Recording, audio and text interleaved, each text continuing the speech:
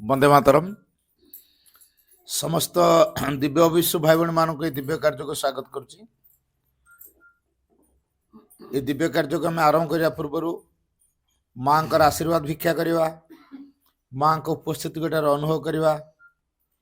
माँ ए कार्य को आमको माध्यम कर संपादन करातु आम जपरी माँ योग्य हो उठा। साइलेंस।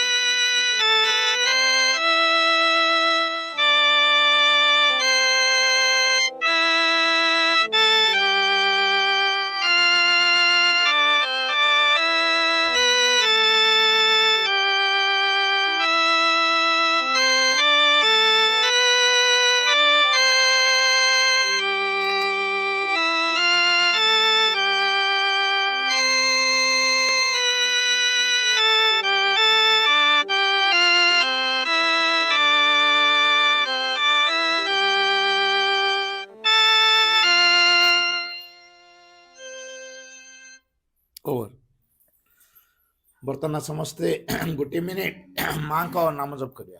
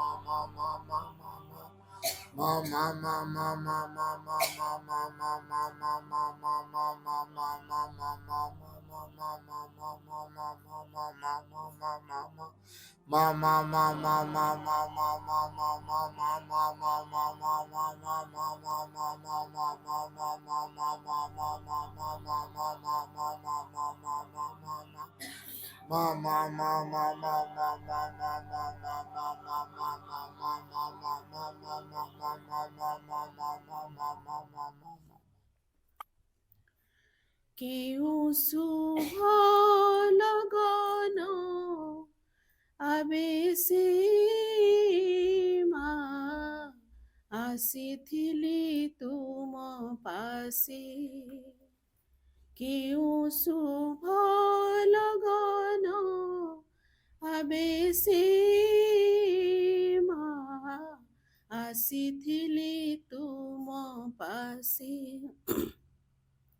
नेइथिल बरी निजे कृपा करी, नेइथिल बरी निजे कृपा करी, स्नेह बोला चारु हासे। केउ शुभ लगन ଆବେଶେ ମା ଆସିଥିଲି ତୁମ ପାଶେ କେଉଁ ଶୁଭ লগନ ଆବେଶେ ମା ଆସିଥିଲି ତୁମ ପାଶେ ପରଖି ରଖିଲ ସାଥେ ଆଣିଥିବା ଯେତେ ବୃଥା ବାଚାଳତା ଆଙ୍କି ଦେଲ ତୁମ ତୁଳିକାର ଧାରେ ଜୀବନର ମହାନତା ପରଖି ରଖିଲ ସାଥେ ଆଣିଥିବା ଯେତେ ବୃଥା ବାଚାଳତା ଆଙ୍କି ଦେଲ ତୁମ ତୁଳିକାର ଧାରେ ଜୀବନର ମହାନତା ଧୂଳି ଝାଡ଼ି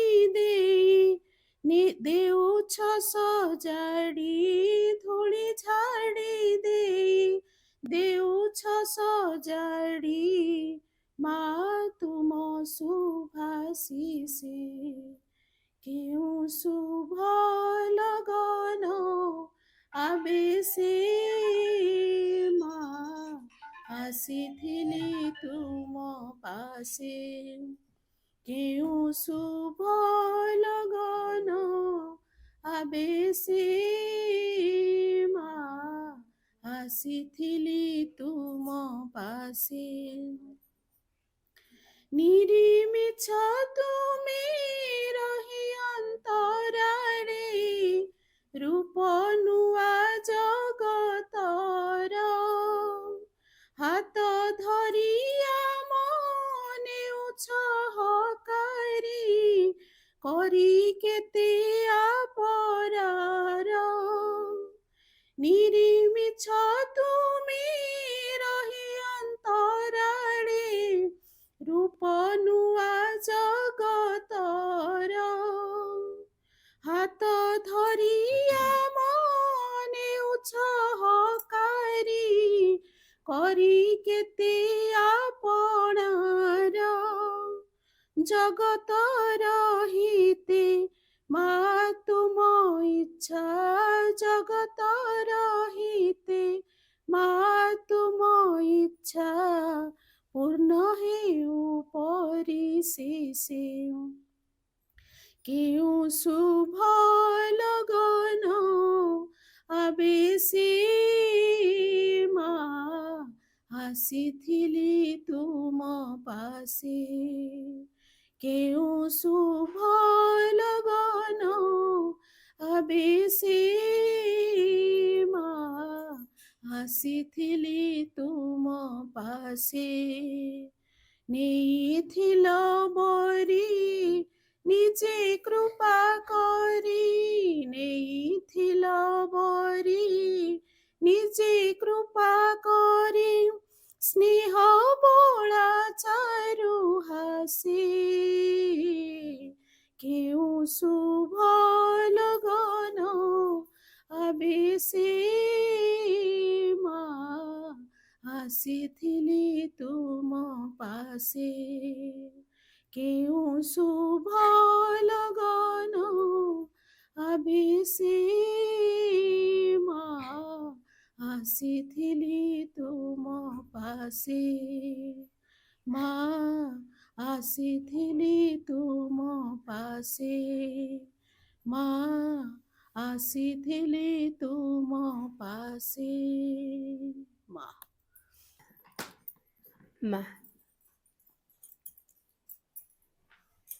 दुर्गा स्तोत्र मातः दुर्गे सिंहवाहिनी सर्वशक्तिदायिनी मातः शिवप्रिय तोर शक्तं सजात आम्भेମାନେ ଭାରତବର୍ଷର ଯୁବକଗଣ ତୋର ମନ୍ଦିରରେ ଆସିନ ପ୍ରାର୍ଥନା କରୁଛୁ ଶୁଣ ମାତା ଏହି ଭାରତବର୍ଷେ ଆବିର୍ଭୂତ ହୁଅ ପ୍ରକାଶ ହୁଅ ମାତା ଦୁର୍ଗେ ଯୁଗେ ଯୁଗେ ମାନବ ଶରୀରରେ ଅବତୀର୍ଣ୍ଣ ହୋଇ ଜନ୍ମେ ଜନ୍ମେ ତୋର ହିଁ କାର୍ଯ୍ୟ କରି ତ ଆନନ୍ଦଧାମରେ ଫେରି ଯାଉ ଏଥର ବି ଜନ୍ମ ହୋଇ ତ ତହରି କାର୍ଯ୍ୟରେ ହିଁ ଆମ୍ଭେମାନେ ବ୍ରତୀ। ଶୁଣ ମାତ ଏଇ ଭାରତବର୍ଷେ ସହାୟ ହୁଅ। ମାତା ଦୁର୍ଗେ ସିଂହ ବାହିନୀ ତ୍ରିଶୂଳଧାରିଣୀ ବର୍ମାବୃତ ସୁନ୍ଦର ଶରୀରେ ମାତଃ ଜୟଦାୟିନୀ। ତୋ ପ୍ରତୀକ୍ଷାରେ ଭାରତ ରହିଅଛି। ତୋର ସେହି ମଙ୍ଗଳମୟୀ ମୂର୍ତ୍ତି ଦେଖିବାକୁ ଉତ୍ସୁକ। ଶୁଣ ମାତ ଏଇ ଭାରତବର୍ଷେ ଆବିର୍ଭୂତ ହୁଅ, ପ୍ରକାଶ ହୁଅ। ମାତା ଦୁର୍ଗେ ବଳଦାୟିନୀ, ପ୍ରେମଦାୟିନୀ, ଜ୍ଞାନଦାୟିନୀ, ଶକ୍ତି ସ୍ୱରୂପିଣୀ, ଭୀମେ ସୌମ୍ୟ ରୌଦ୍ର ରୂପିଣୀ, ଜୀବନ ସଂଗ୍ରାମୀ, ଭାରତ ସଂଗ୍ରାମୀ, ତୋର ପ୍ରେରିତ ଯୋଦ୍ଧା ଆମ୍ଭେମାନେ। ଦିଅ ମା ପ୍ରାଣେ ମନେ ଅସୁରର ଶକ୍ତି, ଅସୁରର ଉଦ୍ୟମ ଦିଅ ମା ହୃଦୟରେ, ବୁଦ୍ଧିରେ, ଦେବ ଚରିତ୍ର, ଦେବ ଜ୍ଞାନ।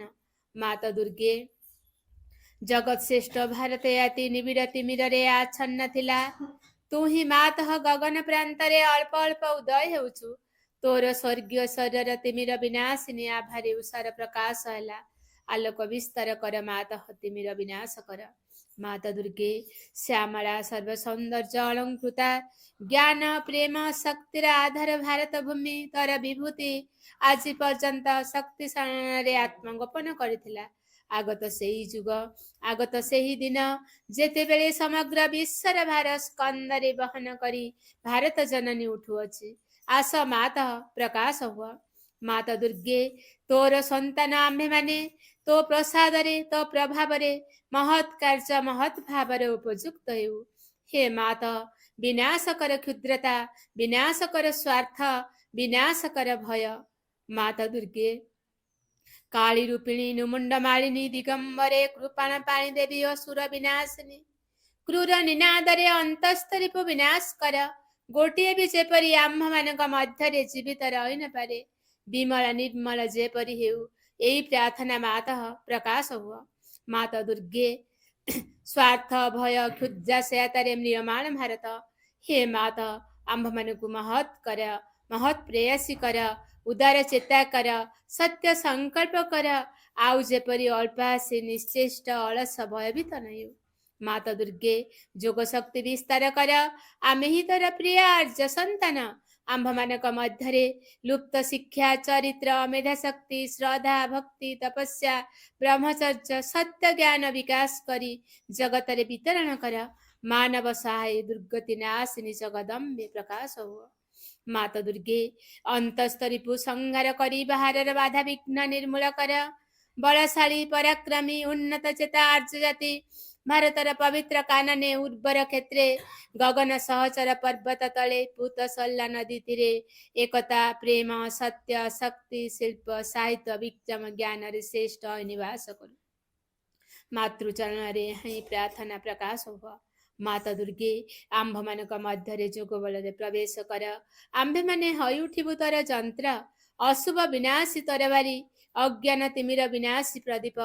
ହେ ମାତା, ଭାରତର ଯୁବକ ଗଣଙ୍କର ଏହି ବାସନା ପୂର୍ଣ୍ଣ କର।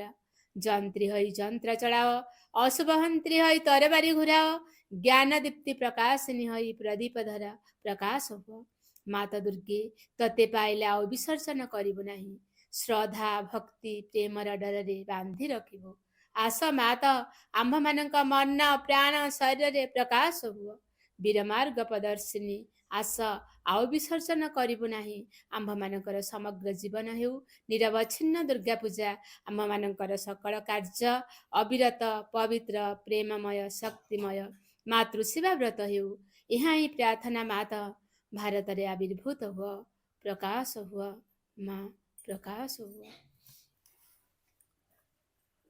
ମା ପୁସ୍ତିକା ତୃତୀୟ ଅଧ୍ୟାୟ। ଯଦି ଜୀବନ ପଥରେ ସକଳ ଭୟ ସଙ୍କଟ ଏବଂ ସର୍ବନାଶ ବିରୁଦ୍ଧରେ କବଚାଭୂତ ହୋଇ ଚାଲିବାକୁ ଚାହଁ, ତେବେ କେବଳ ଦୁଇଟି ଜିନିଷ ପ୍ରୟୋଜନ। ସେ ଦୁଇଟି ସର୍ବଦା ଏକ ସଙ୍ଗେ ରହେ। ପ୍ରଥମଟି ହେଲା ମା ଭଗବତୀଙ୍କର କରୁଣା, ଆଉ ଦ୍ୱିତୀୟଟି ହେଲା ତୁମ ଆଡ଼ୁ ଶ୍ରଦ୍ଧା ନିଷ୍ଠା ସମର୍ପଣରେ ଗଠିତ ତୁମର ଅନ୍ତଃକରଣ।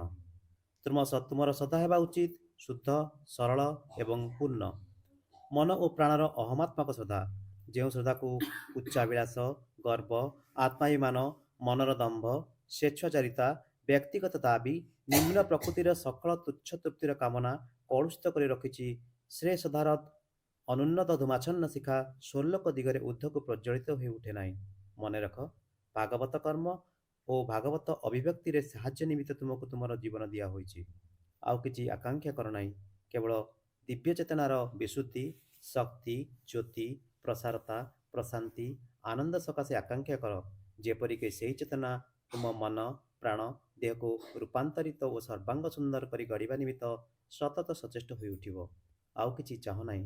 କେବଳ ପୃଥିବୀ ଉପରେ ତୁମ ମଧ୍ୟରେ ଯେଉଁମାନେ ଅଧିକାର ପାଇଛନ୍ତି, ଯେଉଁମାନଙ୍କୁ ଗ୍ରହଣ କରାହୋଇଛି, ସେମାନଙ୍କ ମଧ୍ୟରେ ଭାଗବତ, ଆଧ୍ୟାତ୍ମିକ, ଅତି ମାନସ ସତ୍ୟ ଓ ତାର ବାସ୍ତବ ସିଦ୍ଧିକୁ ଚାହଁ ଏବଂ ଚାହଁ ସେହି ଅବସ୍ଥା ଓ ବ୍ୟବସ୍ଥା ଯାହାର ଆନୁକୂଲ୍ୟରେ ହେବ ଏହି ସତ୍ୟର ସୃଷ୍ଟି ଏବଂ ସକଳ ବିରୋଧୀ ଶକ୍ତି ଉପରେ ପୂର୍ଣ୍ଣ ବିଜୟ। ତୁମର ଆନ୍ତରିକତା ଓ ତୁମର ସମର୍ପଣ ହେଉ ଯଥାର୍ଥ ଏବଂ ସମ୍ପୂର୍ଣ୍ଣ। ଯେବେ ତୁମକୁ ନିଜକୁ ଦେଇଦେବାକୁ ହୁଏ, ତେବେ ନିଶେଷରେ ଦେଇଦିଅ। କୌଣସି ଦାବି, କୌଣସି ସର୍ତ୍ତ, କୌଣସି କୁଣ୍ଠିତ ଭାବ ରଖ ନାହିଁ, ଯଦ୍ୱାରା ତୁମର ସକଳ ବସ୍ତୁ ଦିବ୍ୟଜନନୀଙ୍କର ହୋଇଯିବ, ଆଉ ଅହଙ୍କାର ପାଇଁ ଅଥବା ଅନ୍ୟ କୌଣସି ଶକ୍ତିକୁ ଦେବା ସକାଶେ ଯେପରି ଆଉ କିଛି ଅବଶିଷ୍ଟ ନଥିବ।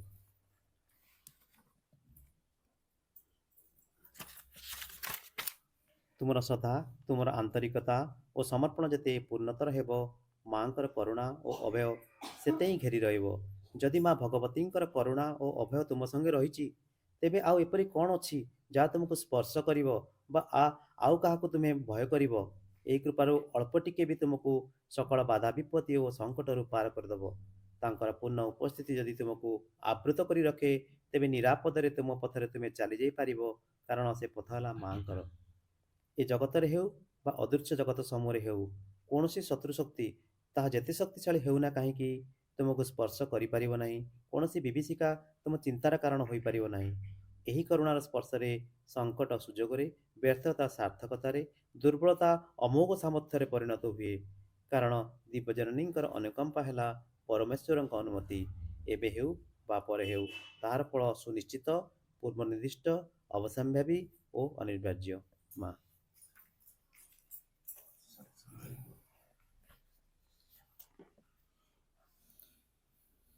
In the self of mind. At last there came a bare indifferent sky, where silence listened to the cosmic voice, but answered nothing to a million calls. The soul's endless question met with no response. An abrupt conclusion engaged eager hopes. A deep cessation in a mighty calm. A finish line on the last page of thought, and a margin and a blank of wordless peace. There paused the climbing hierarchy of words. He stood on a wide arc of summit space, alone with an enormous self of mind which held all life in a corner of its vast, omnipotent, immobilized, and aloof. In the world which sprang from it, it took on part. It gave no heed to the paeans of victory. It was indifferent to its own defects. It heard the cry of grief and made no sign. Impartial field, it gazed on evil and good. It saw destruction come and different not move. Unequal cause of things, a lonely seer, and master of it multitude of forms. It act not but bore all thought and deeds, the witness lord of nature, Myriad's act. Consenting to the movement of her force, his mind reflect his vast quietism. This witness is the thinker's secret's base.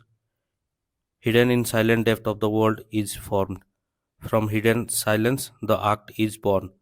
Into the voice mind, the laboring world, in secrecy wrap the seed, the eternal soul. Silence, the mystic birthplace of the soul.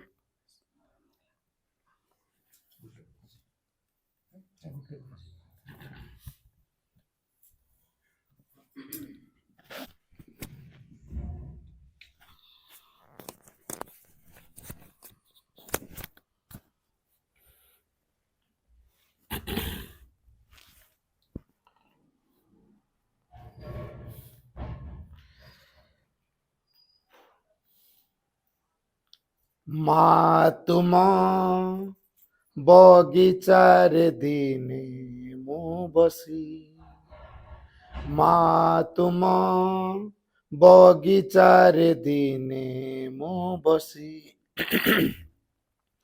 ଭାବୁ ଭାବୁ ତୁମ କଥା ମୋ ଆସିବା ଦିନ କଥା ଭାବୁ ଭାବୁ ତୁମ କଥା ମୋ ଆସିବା ଦିନ କଥା ଆଖି ଖୋଲି ଦେଖେ ଯାହା ହୁଏ ମୁଁ ଖୁସି ମା ତୁମ ବଗିଚାରେ ଦିନେ ମୁଁ ବସି ମା ତୁମ ବଗିଚାରେ ଦିନେ ମୁଁ ବସି ମୋତେ ଫୁଲ କରି ଦେଇ ହୃଦୟ ମହକ ଭରିଲ କେତେ କୋମଳତା ଦେଇ ମୋର ତନୁ ସଜାଇଲ ମୋତେ ଫୁଲ କରି ଦେଇ ହୃଦୟ ମହକ ଭରିଲ କେତେ କୋମଳତା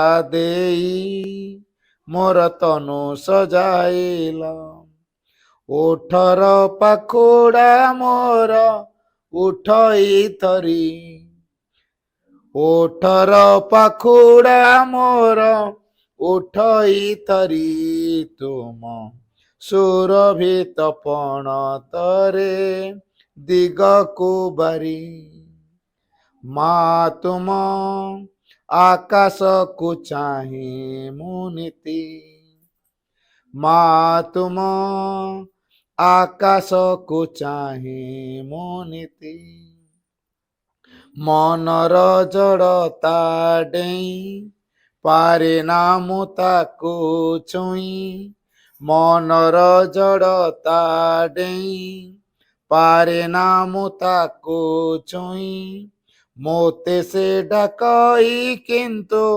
ଦିବସ ନିଶି ମା ତୁମ ବଗିଚାରେ ଦିନେ ମୁଁ ବସି ମା ତୁମ ବଗିଚାରେ ଦିନେ ମୁଁ ବସି ଦିନେ ମନ ଆଇନାରେ ଦେଖେ ଆକାଶ ମଧୁରେ କହେ ଆସିଛି ମୁଁ ଆଜି ତୋର ଆଲୁଅକୁ ଖୋଜି ଦିନେ ମନ ଆଇନାରେ ଦେଖେ ଆକାଶ ମଧୁରେ କହେ ଆସିଛି ମୁଁ ଆଜି ତୋର ଆଲୁଅକୁ ଖୋଜି ସେ ଆଖିରେ ତା ଛବିକୁ ଦେଇଛି ଆଙ୍କି ତୁମ ପ୍ରେମର ସଙ୍ଗୀତ ଗାଏ ମୋ ମନ ପକ୍ଷୀ ମା ତୁମ ବଗିଚାରେ ଦିନେ ମୁଁ ବସି ମା ତୁମ ବଗିଚାରେ ଦିନେ ମୁଁ ବସି ଭାବୁ ଭାବୁ ତୁମ କଥା ମୋ ଆସିବା ଦିନ କଥା ଭାବୁ ଭାବୁ ତୁମ କଥା ମୋ ଆସିବା ଦିନ କଥା ଆଖି ଖୋଲି ଦେଖେ ଯାହା ହୁଏ ମୁଁ ଖୁସି ମା ତୁମ ବଗିଚାରେ ଦିନେ ମୁଁ ବସି ମା ତୁମ ବଗିଚାରେ ଦିନେ ମୁଁ ବସି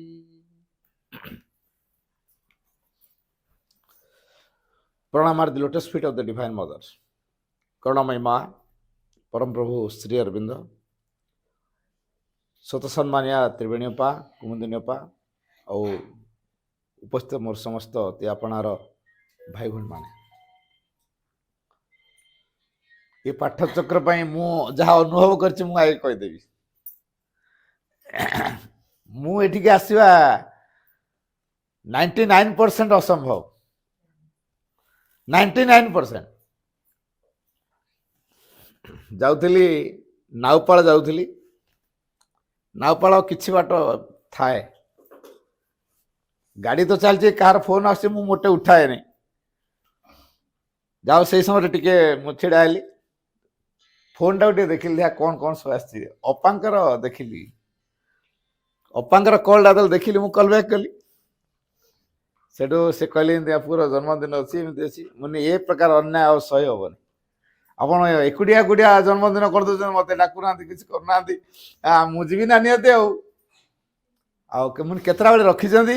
11ଟା ବେଳେ। 11ଟା ବେଳେ ପହଞ୍ଚି ହେବ ନା?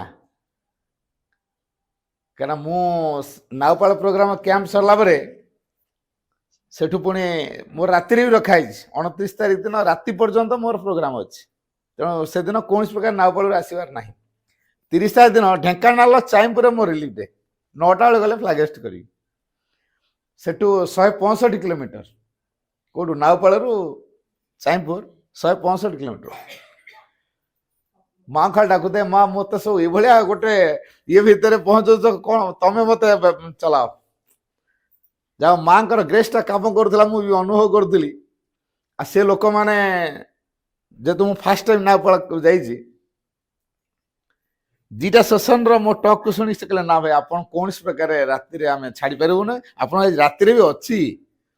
ଆଉ ଆଜି ଆଉ ରାତିରେ ଯିବାର ଚାନ୍ସ ନାହିଁ। ଦରକାର ପଡ଼ିବ ଯଦି ଆପଣ ଯଦି ଗାଡ଼ି ବାଇକ୍ ତ ଆଣିଛନ୍ତି, ଯଦି ଗାଡ଼ି ନଥାନ୍ତା ଆମେ ନେଇ ଗାଡ଼ିରେ ଛାଡ଼ିଥାନ୍ତୁ। ମୁଁ ନାଇଁ ନା, ମୋ ତ ମା ଯାନ ଖଣ୍ଡେ ଦେଇଛନ୍ତି, ତେଣୁ ମୋ ଗାଡ଼ିରେ ମୁଁ ଯିବି, କିଛି ଅସୁବିଧା ନାହିଁ। ରାତି 4ରୁ ଉଠିକି 4:30 ଭିତରେ ମୁଁ ଫ୍ରେଶ୍ ଫ୍ରାସ୍ ହେଇଗଲି। ତାପରେ ବାଇକ୍ ଧରି ଗଲି ଚାଇଁପୁର। ଚାଇଁପୁର ପ୍ରୋଗ୍ରାମ ସରିଲା କାଲି। ସରିଲା ପରେ ଗୋଟେ ପାଠଚକ୍ର ବାର୍ଷିକୋତ୍ସବ ଜଣେ ଅପାଙ୍କର ଥିଲା। ସେ କହିଲା, ଆପଣ ତ ଚାଇଁପୁରରେ ରହିଗଲେ, ମୋ ପାଠଚକ୍ର ବାର୍ଷିକ ଆସିବେ ନା, ଆପଣ ଯେମିତି ମୋ ଘରେ ଟିକେ ପାଦ ପକେଇ ଯିବେ।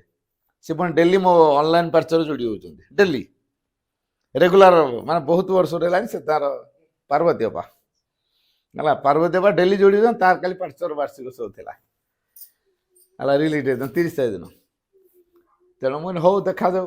ଗଲୁ ରାତିରେ ନିରଞ୍ଜନ ଭାଇନା, ବାରଦାର ନିରଞ୍ଜନ ଭାଇନାର ମୋର ବାଇକ୍ରେ ଗଲୁ। ସେଠୁ ଆସିଲୁ 9ଟା ପରେ। କୁଳମଣି ଭାଇ ତା ଭିତରେ ଫୋନ୍ କରିଥାନ୍ତି, ଭାଇ କାଲି କେତେବେଳେ ଆସୁଛନ୍ତି? ବୋଇଲେ 11ଟା ବେଳେ ରଖିଛନ୍ତି, ପହଞ୍ଚି ପାରିବି ନା? ତାର ମୋତେ ସବୁ ଡରେଇ ସାରିଲେଣି ଏବଂ ତାଙ୍କ ପ୍ରୋଗ୍ରାମରେ ମଧ୍ୟ ହାତୀ ବାହାରୁଛନ୍ତି ବୋଲି ତାଙ୍କ ପିଲାଙ୍କୁ ବି 5ଟା ଭିତରେ ପ୍ରୋଗ୍ରାମ ସବୁ ସାରି ଦେଇଛନ୍ତି। କାହିଁକିନା ପିଲାଟା ସବୁ ଦୂର ଦୂରକୁ ଯିବେ, ହାତୀ ଫାତୀ ଭୟ ଅଛି। ଦଳ ହାତୀ ବାହାରୁଛନ୍ତି, ଗୋଟେ 2ଟା ବି ହାତୀ ନୁହଁ। ତେଣୁ ସେ ବର୍ତ୍ତମାନ ସେ ଅଞ୍ଚଳରେ ଟିକେ ହାତୀ ଉପଦ୍ରବ ଚାଲିଛି। ତେଣୁ ମୋତେ ସବୁ କହିଲେ, ନା ଭାଇ ରାତିରେ କୌଣସି ପ୍ରକାର ଏତେ ସକାଳୁ ଯିବାଟା ଠିକ୍ ନୁହଁ, ପୁରା ଫର୍ଚ୍ଚା ହବ ଯିବେ। ଇଭିନ୍ ଭାଇନା ମଧ୍ୟ, ନିରଞ୍ଜନ ଭାଇନା, ନାଇଁ ନାଇଁ ସେମିତି ଯାଇପାରୁ, ମାଙ୍କ କୃପା ଅଛି, ଏତେ ରିସ୍କ ନେବାଟା ଠିକ୍ ନୁହଁ, ଏଟା ଚ୍ୟାଲେଞ୍ଜ କରିବାଟା ନୁହଁ। ମୁଁ ତ ମାଙ୍କୁ ଡାକୁଛି, ମା ମୋତେ ତମେ ନେବ ନା ମୁଁ ଯିବି? ମୁଁ କ'ଣ ଯିବି, ତମେ ମୋତେ ନେବ। ରାତିରେ ପ୍ରେୟାର କରିକି ଶୋଇଲି, ମା ମୁଁ କେମିତି ଉଠିବି, କେମିତି ଯିବି। ଯାହା ଠିକ୍ ଟାଇମ୍ରେ ମୋ ନିଦ ବି ଭାଙ୍ଗିଗଲା। 4ଟା ବେଳକୁ ମୋ ନିଦ ଭାଙ୍ଗି ଯାଇଛି। ଭାଙ୍ଗିଲା ପରେ ଟିକେ ଫ୍ରେଶ୍ ଫ୍ରେଶ୍ ହେଇଗଲି। 5ଟା ବେଳକୁ ଠିକ୍ ବାହାରିଲି। ସେଠୁ ବାରଦାରୁ ବାହାରିଲି 5। ଗେଟ୍ଟା ବି ଖୋଲୁନାହାନ୍ତି। ଏ ଗେଟ୍ଟା ସିନା ଖୋଲିଲେ ମୁଁ ବାହାରିବି। ତାକୁ କହିଛି ଭୁଲରେ ଖୋଲିବୁନି 5ଟା ବେଳକୁ। ଇଏ ଅଜୟ ଯେଉଁ ପିଲା, ସେ 3ଟାରୁ ପଳେଇବ, ତାକୁ କହିଦେଇଛନ୍ତି ହେଲା। ସିଏ ଯେଉଁ ପିଲା, ତାକୁ ଭାଇନା କହିଦେଇଛନ୍ତି ମୂଳରୁ 5ଟା ପୂର୍ବରୁ ଖୋଲିବୁନି ଗେଟ୍ ହେଲା। ଗେଟ୍ଟା ପକେଇ ଦେଇଛନ୍ତି। ଗେଟ୍ଟା ଖୋଲେ ସିନା ମୁଁ ବାହାରିକି ରେଡ଼ି ହେଇକି ଅଛି ଯିବି ବୋଲି, ଗେଟ୍ ଖୋଲା ନାହିଁ। ଆସିବି କେମିତି? ଏତେ ଭୋରୁ ଜଣେ ଏତେ ବୟସ୍କ ଲୋକଙ୍କୁ ଉଠେଇବାଟା ଠିକ୍ ନୁହଁ। ସେଠୁ ଭାଇନାଙ୍କୁ ଯାଇ ଉଠେଇଲି, ଭାଇନା ମୁଁ ଯିବି। କ'ଣ ଟାଇମ୍ ହେଇଗଲା କି ତମର? ଏବେ 4:45 ହେଇଛି। ମୁଁ ତ 4:30 ବେଳକୁ ରେଡ଼ି ହେଲିଣି, ଆପଣ ଶୋଇଛନ୍ତି, ଡିଷ୍ଟର୍ବ କରୁନି। ତେଣୁ ମୁଁ ଯିବି ପରା। କହିଲା ନା ନା ନା ଏବେ ନାହିଁ। ସେଠୁ ବାହାରିକି ଆସିଲେ, ପୁରିଆ ଖୋଲିଦେଲା ଗେଟ୍। ମୁଁ ନା ଖୋଲିନି। କହିଲା ମୁଁ ମନା କରିଦେବୁ, ସେ ଗେଟ୍ ଖୋଲିବନି। ମୁଁ ଭଲ, ଆଉ ସବୁ ପ୍ଲାନ୍ ବ୍ୟବସ୍ଥା ଏଇଠି ଅଛି ଆଉ ହେଲା। ଯାହା ହଉ ମୁଁ ପୁରିଆ ଭାଇକି କହିଲି, ପୁରିଆ ଭାଇ ଅର୍ଜେଣ୍ଟ କାମ ମୋର, ହେଲା ମାଙ୍କ କାମ, ମା ନେବେ ନା, ହାତୀ ମୋର କ'ଣ କରିବ, ଖୋଲ ଗେଟ୍ଟା। ଭାଇନା ତମେ ସିନା ପଳେଇବ, ଭାଇନା ମୋତେ ବିଗିଡ଼ିବେ ତମେ ପଳେଇଲା ପରେ, ଗେଟ୍ ଖୋଲିଦେନେ। ସେ ମୋତେ ମନା କରି 5ଟା ବେଳକୁ ଖୋଲିବୁନି, ଅଜୟ ପଳେଇବ। ଯାହା 5ଟା ବେଳକୁ ଦେ, ସେ ଉଠପଡ଼ ହେଲାଣି, ଆଉ ହବନି, ଖୋଲିଦେ। ଉଠପଡ଼ ହେଲାଣି ଯିବ ବୋଲି, ଆଉ ହବନି। ସେଠୁ ଗେଟ୍ଟି ଖୋଲା ହେଲା। ଖୋଲା ହେଲା ପରେ ଯାହା ମୁଁ ଆସିଲି। ଆସିକି ଘରେ ଆସି ପହଞ୍ଚି ଟିକେ ଫ୍ରେଶ୍ ଫ୍ରାଶ୍ ହେବି। ଆମ ଘର ତାଲା ପକେଇ ଦେଇ ପଳେଇଛନ୍ତି ପିକନିକ୍। ମୋ ସଡ଼ୁ ଫୋନ୍ କରିଦେଇଛି, ମୋ ଝିଅର ଆଉ ମୋ ମିସେସ୍ର ପଳେଇଛନ୍ତି ପିକନିକ୍। କେମିତି କ'ଣ କରିବି, ଫ୍ରେଶ୍ କେମିତି ହେବି? ରୁମ୍ଟା ତ ଖୋଲିଲେ ଭିତରକୁ ଯିବି, ଚାବିକାଠି ମୋର ଅଛି କି ନାହିଁ? ମୁଁ ପୁଣି ବ୍ୟାଗ୍ର ସବୁଗୁଡ଼ା ଖୋଲିବି। ମୋର ଗୋଟେ ସେଭିଂ ବକ୍ସ ଭିତରେ ଗୋଟେ ଚାବିକାଠି ଥାଏ, ରୁମ୍ ଚାବିକାଠି। କିନ୍ତୁ ଏଇଟା ଅଛି ନା ହଜିହୁଜା ଗଲା। ଯାହା ହଉ ସୌଭାଗ୍ୟ କ୍ରମେ ମା ବ୍ୟବସ୍ଥା ବି କରିଛନ୍ତି, ଚାବି କାଠିଟା ଅଛି। ଖୋଲିଲି ଆଉ ତାପରେ ଟିକେ ଫ୍ରେଶ୍ ହେଇକି ବାହାରିଲି। ଘଣ୍ଟେ 12 ମିନିଟ୍ରେ ମୁଁ ଆସି ପହଞ୍ଚିଲି କେଉଁଝରରୁ ଏଇଠି। 11ଟା ବେଳେ ଟାଇମ୍ ଦିଆହେଇଛି, ମୁଁ ଜାଣିଛି 11ଟା କହିଛନ୍ତି। ମୋ ସେ ଭାଇଙ୍କୁ କହିଛନ୍ତି 11:30 କରିବା, ଏହା କହିଛି, କିନ୍ତୁ 11 ପୂର୍ବରୁ ମୁଁ ପହଞ୍ଚି ଯାଇଛି ହେଲା। 11 ପୂର୍ବରୁ ହେଲେ ଘରଟା କୁଆଡ଼େ ଜାଣିପାରୁନି, ପୁଣି କାଳେ ବଡ଼ବିଲ ଲୋକ କିଏ କେମିତି ଟିକେ ଦେଖିବା, ଚାରିଆଡ଼େ ଟିକେ ଅନେଇଲି, କି ଜଣେ ବି ଦେଖା ଦେଉନାହାନ୍ତି। ଏ ପାଖାପାଖି ତ କୋଉଠି ଭଦ୍ରାସାହି, ମାନେ ତ ଏଇଟା ମୁଁ ଭଦ୍ରାସାହି ଛକଟାରେ ଛିଡ଼ା ହେଇଛି, କିଏ ଜଣେ ବି ଲୋକ ଦେଖା ହେଉନାହାନ୍ତି। ଶେଷରେ ମୁଁ ଫୋନ୍ କଲି ଅପାଙ୍କୁ। ଫୋନ୍ କଲି ଯେତେବେଳେ ଅପା ଏଠୁ ଭାଇ ଆମର ପୁଅଟି ଧରିଲା, ହେଲା ଆଉ ଭାଇ କୋଉଠି ଅଛନ୍ତି? ମୁଁ ସେ ଯୋଉ ଓଭରବ୍ରିଜଟା ଅଛି ସେ ପାଖରେ ଯୋଉ ଗେଟ୍, ଆଉ ଟିକେ ଆଗକୁ ପଳେଇ ଆସନ୍ତୁ, ଏ JSW ଲେଖା ହେଇଥିବ ଡାହାଣ ପଟ ଘରଟା, ତା ବାଁ ପଟକୁ ଗୋଟେ ସ୍କୁଲ ଅଛି, ସେ ସ୍କୁଲ କଡ଼ରେ ପଶି ଆସନ୍ତୁ। ମୁଁ ତାହେଲେ ସେଇଠି ଥାଅ, ମୁଁ ଯାଉଛି। ତ୍ରିବେଣୀଙ୍କ ପାଖରେ ଫୋନ୍ ଥାଏ, ମୁଁ ଲଗଉଛି, ତାଙ୍କର ଦେଖିଲି ଗୋଟେ କଲ୍ଟେ ଅଛି, ଫୋନ୍ଟା ବି ଲାଗୁନି। ଇଏ କ'ଣ କାହାକୁ ଯୋଗାଯୋଗ କଲେ ଠିକଟା ମିଳିବ?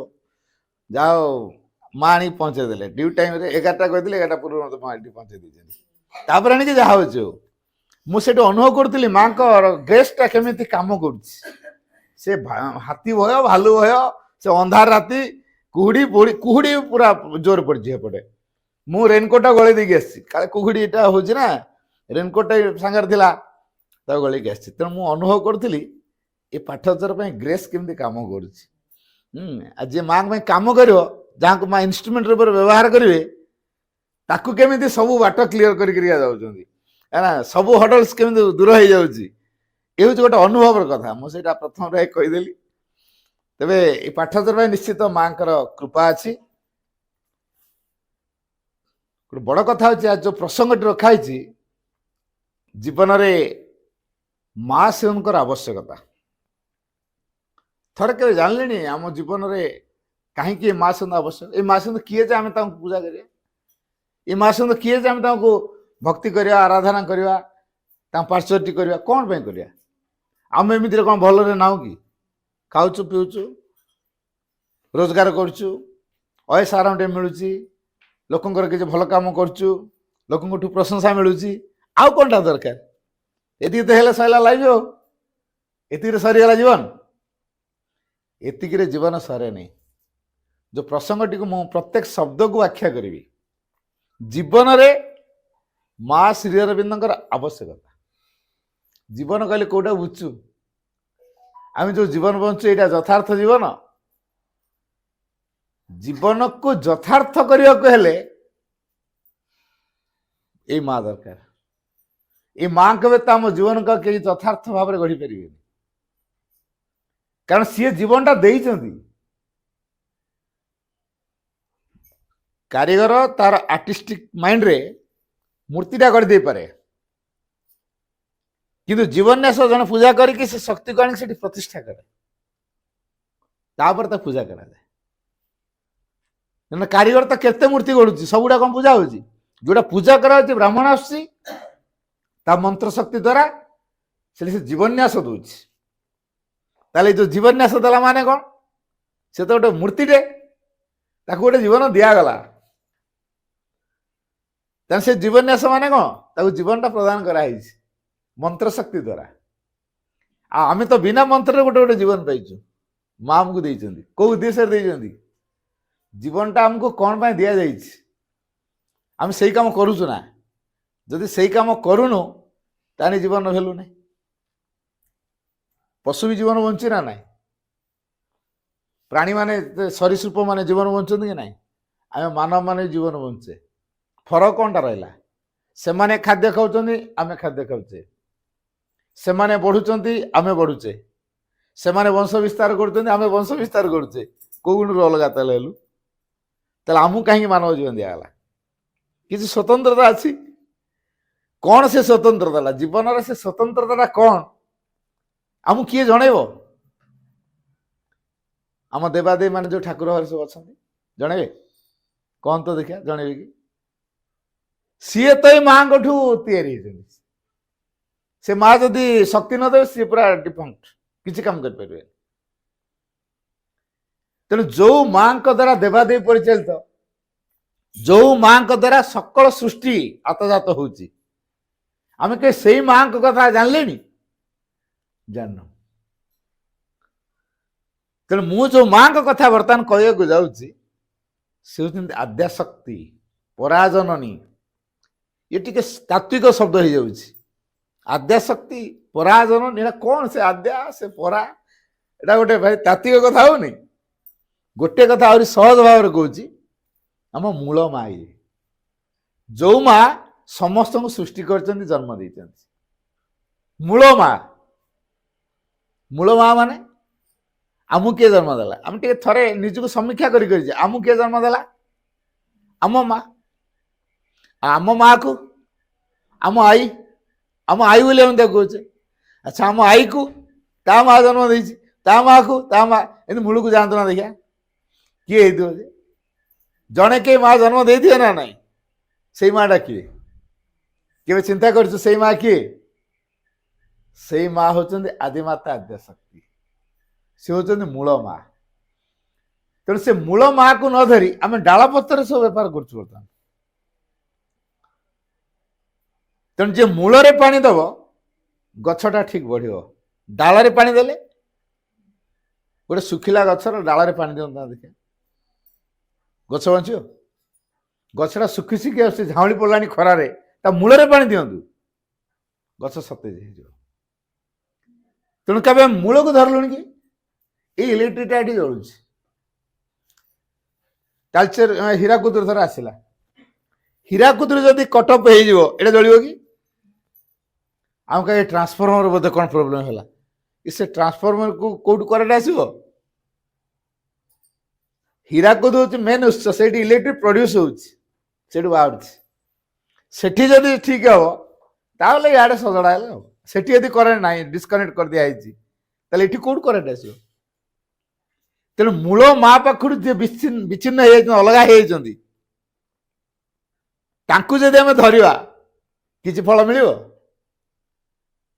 ବର୍ତ୍ତମାନ ସମାଜରେ ଠିକ ସେଇ କଥାଟା ହେଇଛି। ମୂଳ ମା ପାଖରୁ ଦୂରେଇ ଯାଇଛନ୍ତି ସମସ୍ତେ। ତେଣୁ ମୂଳ ମାଠୁ ଦୂରେଇ ଗଲା ପରେ ଯୋଉମାନେ, ତାଙ୍କର ଶକ୍ତି କୋଉଠୁ ଆସିବ? ଶକ୍ତି ନାହିଁ। ତାର ଉଦାହରଣ ଦେଖନ୍ତୁ, ଆମେ ଗୋଟେ ପୁନେଇ ପର୍ବ ହେଲା, ଶିବରାତ୍ରି ହେଲା, ମନ୍ଦିରକୁ ଯାଉଛୁ ନା ନାଇଁ? ଗଣେଶ ମନ୍ଦିରକୁ ଯାଉଛୁ, ତାରିଣୀ ମନ୍ଦିରକୁ ଯାଉଛୁ, ଦୁର୍ଗା ମନ୍ଦିରକୁ ଯାଉଛୁ, ଲକ୍ଷ୍ମୀ ମନ୍ଦିରକୁ ଯାଉଛୁ, ସବୁ ମନ୍ଦିରକୁ ଯାଉଛୁ। ମନ୍ଦିରରେ ନଡ଼ିଆ କଦଳୀ ଭୋଗରାଗ ସବୁ ଦଉଛୁ। ହେଲେ ଆମ ଗୁଣ ଗୁଡାକ ଯୋଉ ବଦଳା ହେଇଛି କି? ରାଗ ଆମର କମିଛି, ଲୋଭ କମିଛି, ହିଂସା କମିଛି, କଳିକିରିଆ ଗୁଣ କମିଛି, ଅନ୍ୟ ସହିତ ଶତ୍ରୁତା ଭାବ ତିଆରି କରିବା, ଈର୍ଷାରେ ଜଳିବା, ଏ ଗୁଣଟା କମିଛି, ଅହଙ୍କାର ଗୁଣଟା କମିଛି, ସ୍ୱାର୍ଥପର ଭାବଟା କମିଛି। ତାହେଲେ ଯୋଉ ଭଲ ମଣିଷର ଯୋଉ କ୍ୱାଲିଟିଟା ଆମ ପାଖରେ ନାହିଁ। ତେଣୁ ଯୋଉଟା ବଦଳିଗଲେ ଆମେ ଭଲ ହେଇପାରିବୁ, ଆମେ ସେଇ ଗୁଣର ଅଧିକାରୀ ହେଇପାରୁନୁ। ତାହେଲେ ଆମକୁ କିଏ ବଦଳେଇବ? ମୁଁ ଏଇନା ଗୋଟେ ହାରଟେ ପିନ୍ଧିଛି, ଛିଡ଼ିଗଲା, ତାହେଲେ ହେଟା କାହା ପାଖରେ କ'ଣ ଗ୍ୟାରେଜରେ ମେକାନିକକୁ ଦେବି, ଏଟା ସଜାଡ଼ି ଦେଲି ଟିକେ, ସେ ସଜାଡ଼ିବ? ଘଣ୍ଟା ଦୋକାନୀକି ଦେବି, ସଜାଡ଼ିବ? ଟିଭି ଦୋକାନୀକି ଦେବି, ସଜାଡ଼ିବ? ବଣିଆ ପାଖରେ ତାକୁ ଦେବି। ତେଣୁ ହାରଟା ଛିଡ଼ି ଯାଇଛି, ବଣିଆ ତାକୁ ସଜାଡ଼ିବ। କାରଣ ବଣିଆ ହାର ତିଆରି ଜାଣିଛି, ଭାଙ୍ଗିଥିଲେ ଯୋଡ଼ି ଜାଣିଛି, ସଜାଡ଼ି ଜାଣିଛି, ନୂଆ ବି ତିଆରି କରି ଜାଣିଛି। ତେଣୁ ଆମକୁ ଯିଏ ତିଆରି କରିଛି, ଆଚ୍ଛା, ବଣିଆ ଯେତେବେଳେ ତିଆରି କରୁଛି ଗହଣା, କ'ଣ ଗୋଟେ ପ୍ରକାର କରୁଛି? କେତେ ପ୍ରକାର ଗହଣା ଦୋକାନକୁ ଯାଆନ୍ତୁ ନା ଦେଖିଆ, କେତେ ପ୍ରକାର ଡ୍ରେସ ଦୋକାନକୁ ଯାଆନ୍ତୁ ନା ଦେଖିଆ, କେତେ ପ୍ରକାର ଡ୍ରେସ। ତେଣୁ ଯିଏ ତିଆରି କରି ଜାଣିଛି, ସେ ବିଭିନ୍ନ ପ୍ରକାର ତିଆରି। ଆଚ୍ଛା, ଆମେ ଏଠି ଯେତେ ଜଣ ଅଛେ, ଦେଖନ୍ତୁ ନା ଆମ ସମସ୍ତଙ୍କ ମୁହଁକୁ ଏକା ପ୍ରକାର କି? ଏଇ ବଡ଼ବିଲ ଅଞ୍ଚଳ ସାରା ଦେଖନ୍ତୁ ନା, କେଉଁଝର ଜିଲ୍ଲା ସାରା ଦେଖନ୍ତୁ ନା, ଓଡ଼ିଶା ସାରା ଦେଖନ୍ତୁ ନା, କେହି କାହା ସହିତ ମିଶିବେ?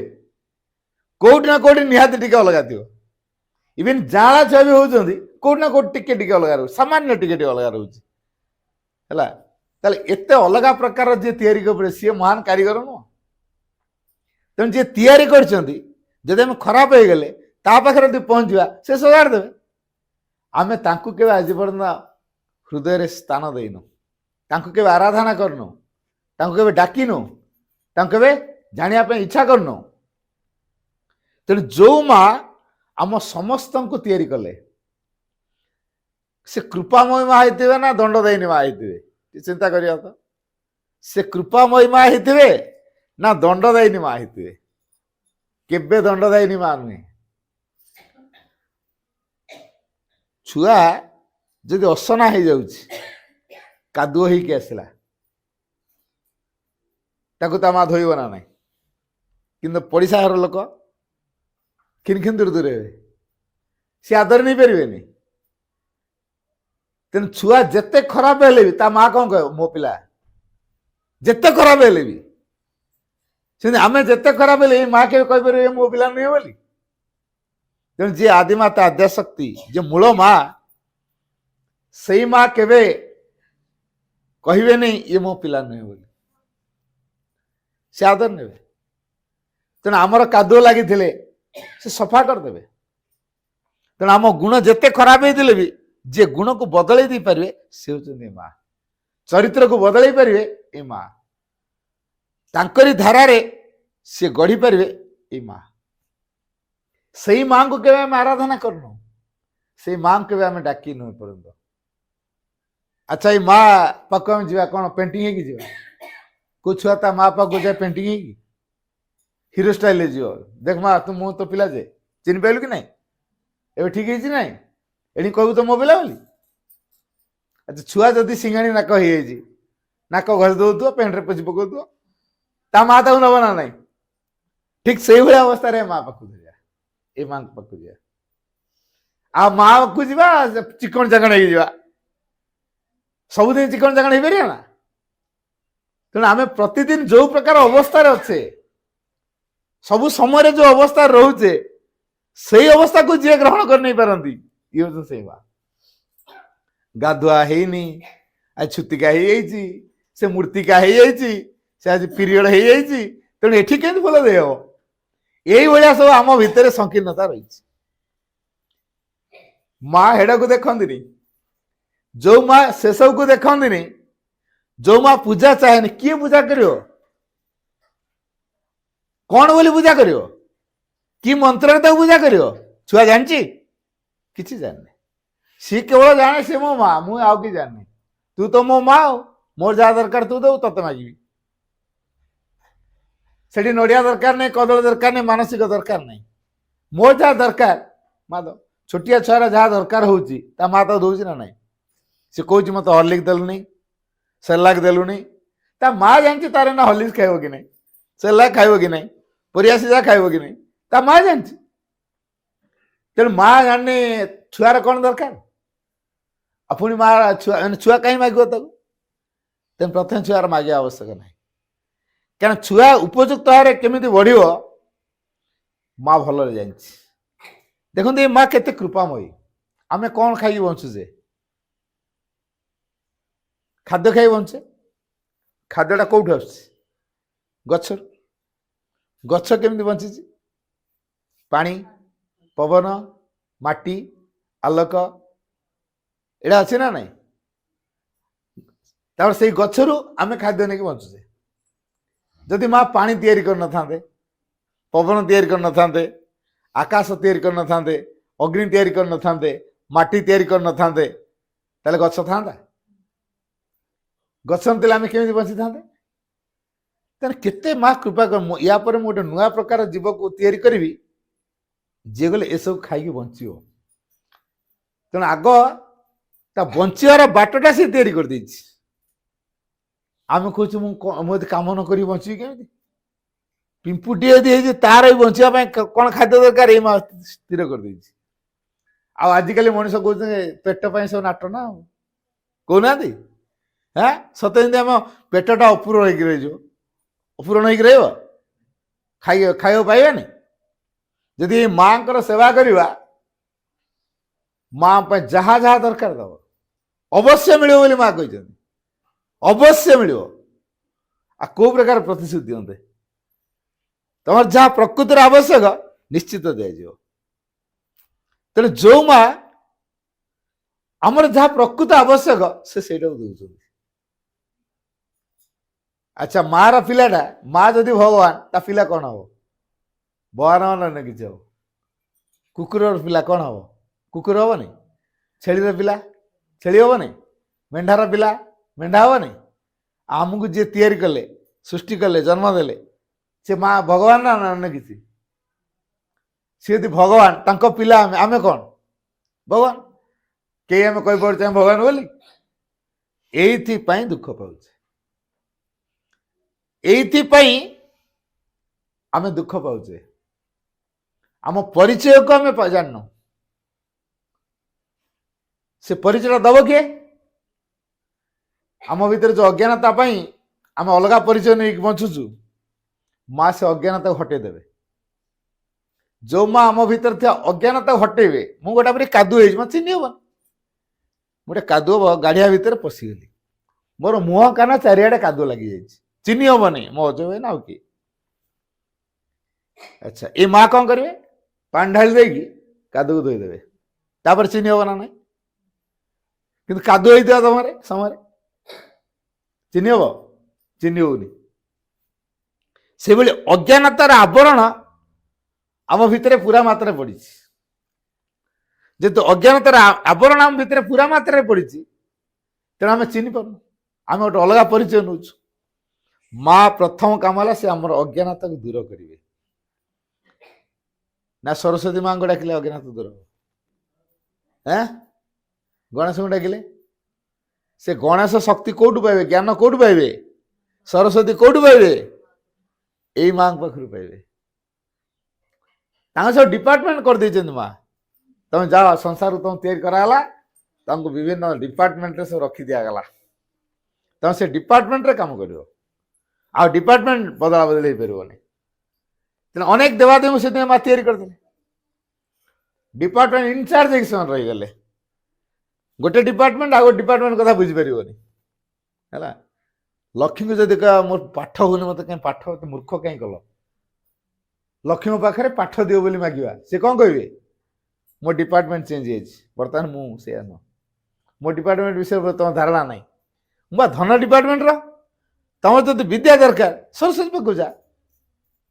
ତେଣୁ ଧନ ଡିପାର୍ଟମେଣ୍ଟ ଜଣେ, ଜ୍ଞାନ ଡିପାର୍ଟମେଣ୍ଟ ଜଣେ, ଶକ୍ତି ଡିପାର୍ଟମେଣ୍ଟ, ସୁରକ୍ଷା ଡିପାର୍ଟମେଣ୍ଟ, ସବୁ ଡିପାର୍ଟମେଣ୍ଟ ଅଲଗା ଅଛି ନା। ତେଣୁ ମା ସେଇଟା ତିଆରି କରିଦେଇଛନ୍ତି, ଆଉ ଜଣେ ଜଣେ ଇନଚାର୍ଜ ଥୋଇ ଦେଇଛନ୍ତି। ତମେ ସେଇ କାମଟା କେବଳ କରିବ, ମୋର କାମଟା ତମେ କରିବ। ମାଙ୍କର କାମ ଇନଚାର୍ଜ ମାଧ୍ୟମରେ ହବ। ଯଦି ମା ଛାଡ଼ ମନା, ତମ କାମ ଯେତିକି ହେଲା ଆଉ କରନି, ଇନଚାର୍ଜ ଆଉ କରିପାରିବ? ଇନଚାର୍ଜ ଆଉ କରିପାରିବେନି। ମା ଯଦି ଛାଡୁ ମନା କରିଦେବେ, ନାଇଁ ତମେ ଯେତିକି ଦିନ କାମ କଲ ଆଉ ନାଇଁ, ତମ ଡିପାର୍ଟମେଣ୍ଟଟା ବଦଳି ଦିଆଗଲା, ତମକୁ କାମରୁ ରିଟାୟାରମେଣ୍ଟ କରିଦିଆଗଲା। ତାପରେ କଣ ହବ? ସିଏ ଥିଲେ ବି କାମ କରିପାରିବେନି। ଠିକ ସେଇଭଳି ଯଦି ମା ନ ଚାହିଁବେ, ଦେବାଦେବୀ ମାନେ ମଧ୍ୟ କାମ କରିପାରିବେନି। ଆମେ ଦେବାଦେବୀଙ୍କୁ ଧରିଛୁ, ପୁଣି ଦେବାଦେବୀଙ୍କୁ କଣ ଭାବୁଛୁ?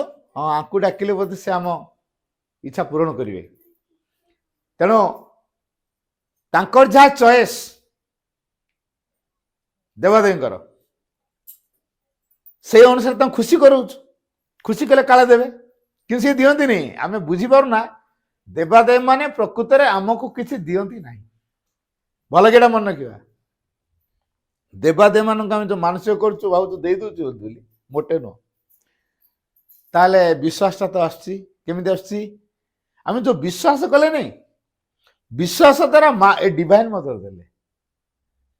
ଆମେ ଯୋଉ ମାଙ୍କୁ ବିଶ୍ୱାସ କଲେ, ବିଶ୍ୱାସ ଦ୍ୱାରା, ବିଶ୍ୱାସର ଅନ୍ୟ ନାଁ ହଉଛି ଭଗବାନ, ଆଉ କିଛି ନୁହଁ। ଯଦି ଆମେ ବିଶ୍ୱାସ କରୁଛେ ଇଏ ଭଗବାନ ବୋଲି, ତାହେଲେ ସେ ଭଗବାନ ଦେବେ। ସେଇ ଦେବତା ବା ସେଇ ଦେବୀ ଦେଉନାହାନ୍ତି।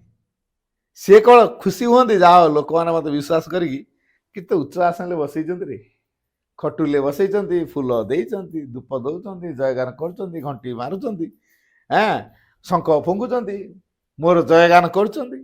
ସେମାନେ ଏଇ ଖଟୁଲେ ବସିକି ଲୋକମାନଙ୍କର ପ୍ରଶଂସା ଶୁଣିବା ପାଇଁ ବହୁତ ଆଗ୍ରହୀ। ସେମାନେ ହଉଛନ୍ତି ଟିକେ ନିମ୍ନ ଶ୍ରେଣୀୟ ଦେବାଦେବୀ। ସେମାନେ ଏଇ କଥାଟା ଚାହାନ୍ତି। ଆଉ କେତେକ ଉଚ୍ଚ ଶ୍ରେଣୀ ଅଛନ୍ତି, ସେମାନେ ଲୋକ ପୂଜା କଲେ କେତେ ନ କଲେ କେତେ ହେଡ଼ା ତାଙ୍କ ପର୍ବାଣୀ ସେ ଖାତିର କରନ୍ତିନି ସିଏ ତାଙ୍କ କାମ କରିବା କଥା କରିବେ। ଆମେ ହଉଛି ମୁଁ ଏମିତି ଭୁଲ କରିଦେଲି ଏଟା ହେଇଗଲା କି ସେଇ ଭୁଲଟା ମୁଁ ଅନାଚାର କରିଦେଲି ମୋ ପାଇଁ ସେଥିପାଇଁ ଏମିତି ହେଇଗଲା କି ଲୋକର ଭୟ। ତେଣୁ ଏଇ ଯୋଉ ଦେବାଦେବୀ ମାନଙ୍କୁ ଆମେ ସବୁ ଧରିଛୁ ବା ପୂଜା କରୁଛୁ କି ଠାକୁର ଆସନରେ ଦେଇଛୁ କେବଳ ଭୟରେ ନହେଲେ ଲାଳସାକୁ ପୂରଣ କରିବା ପାଇଁ। ଦିଟା କାରଣ ପାଇଁ ଲୋକ ଆଜିକାଲି ପୂଜା କରୁଛନ୍ତି। ଯଦି ପଚାର ତମେ କାହିଁକି ଏଇ ଫଟୋ କାହିଁକି ରଖିଛ ପୂଜା କରୁଛ ଇଏ ପା ଡାକିଲେ ଶୁଣନ୍ତି। ଆମ ଉତ୍ତର ଏଇଆ ଇଏ ଡାକିଲେ ଶୁଣନ୍ତି ଇଏ ଆମ ଗ୍ରାମ ଦେବୀ ଡାକିଲେ ଶୁଣନ୍ତି ତାଙ୍କ ପାଖରେ ଯାହା ମାଗିବ ସେ ଦେଇଦେବେ।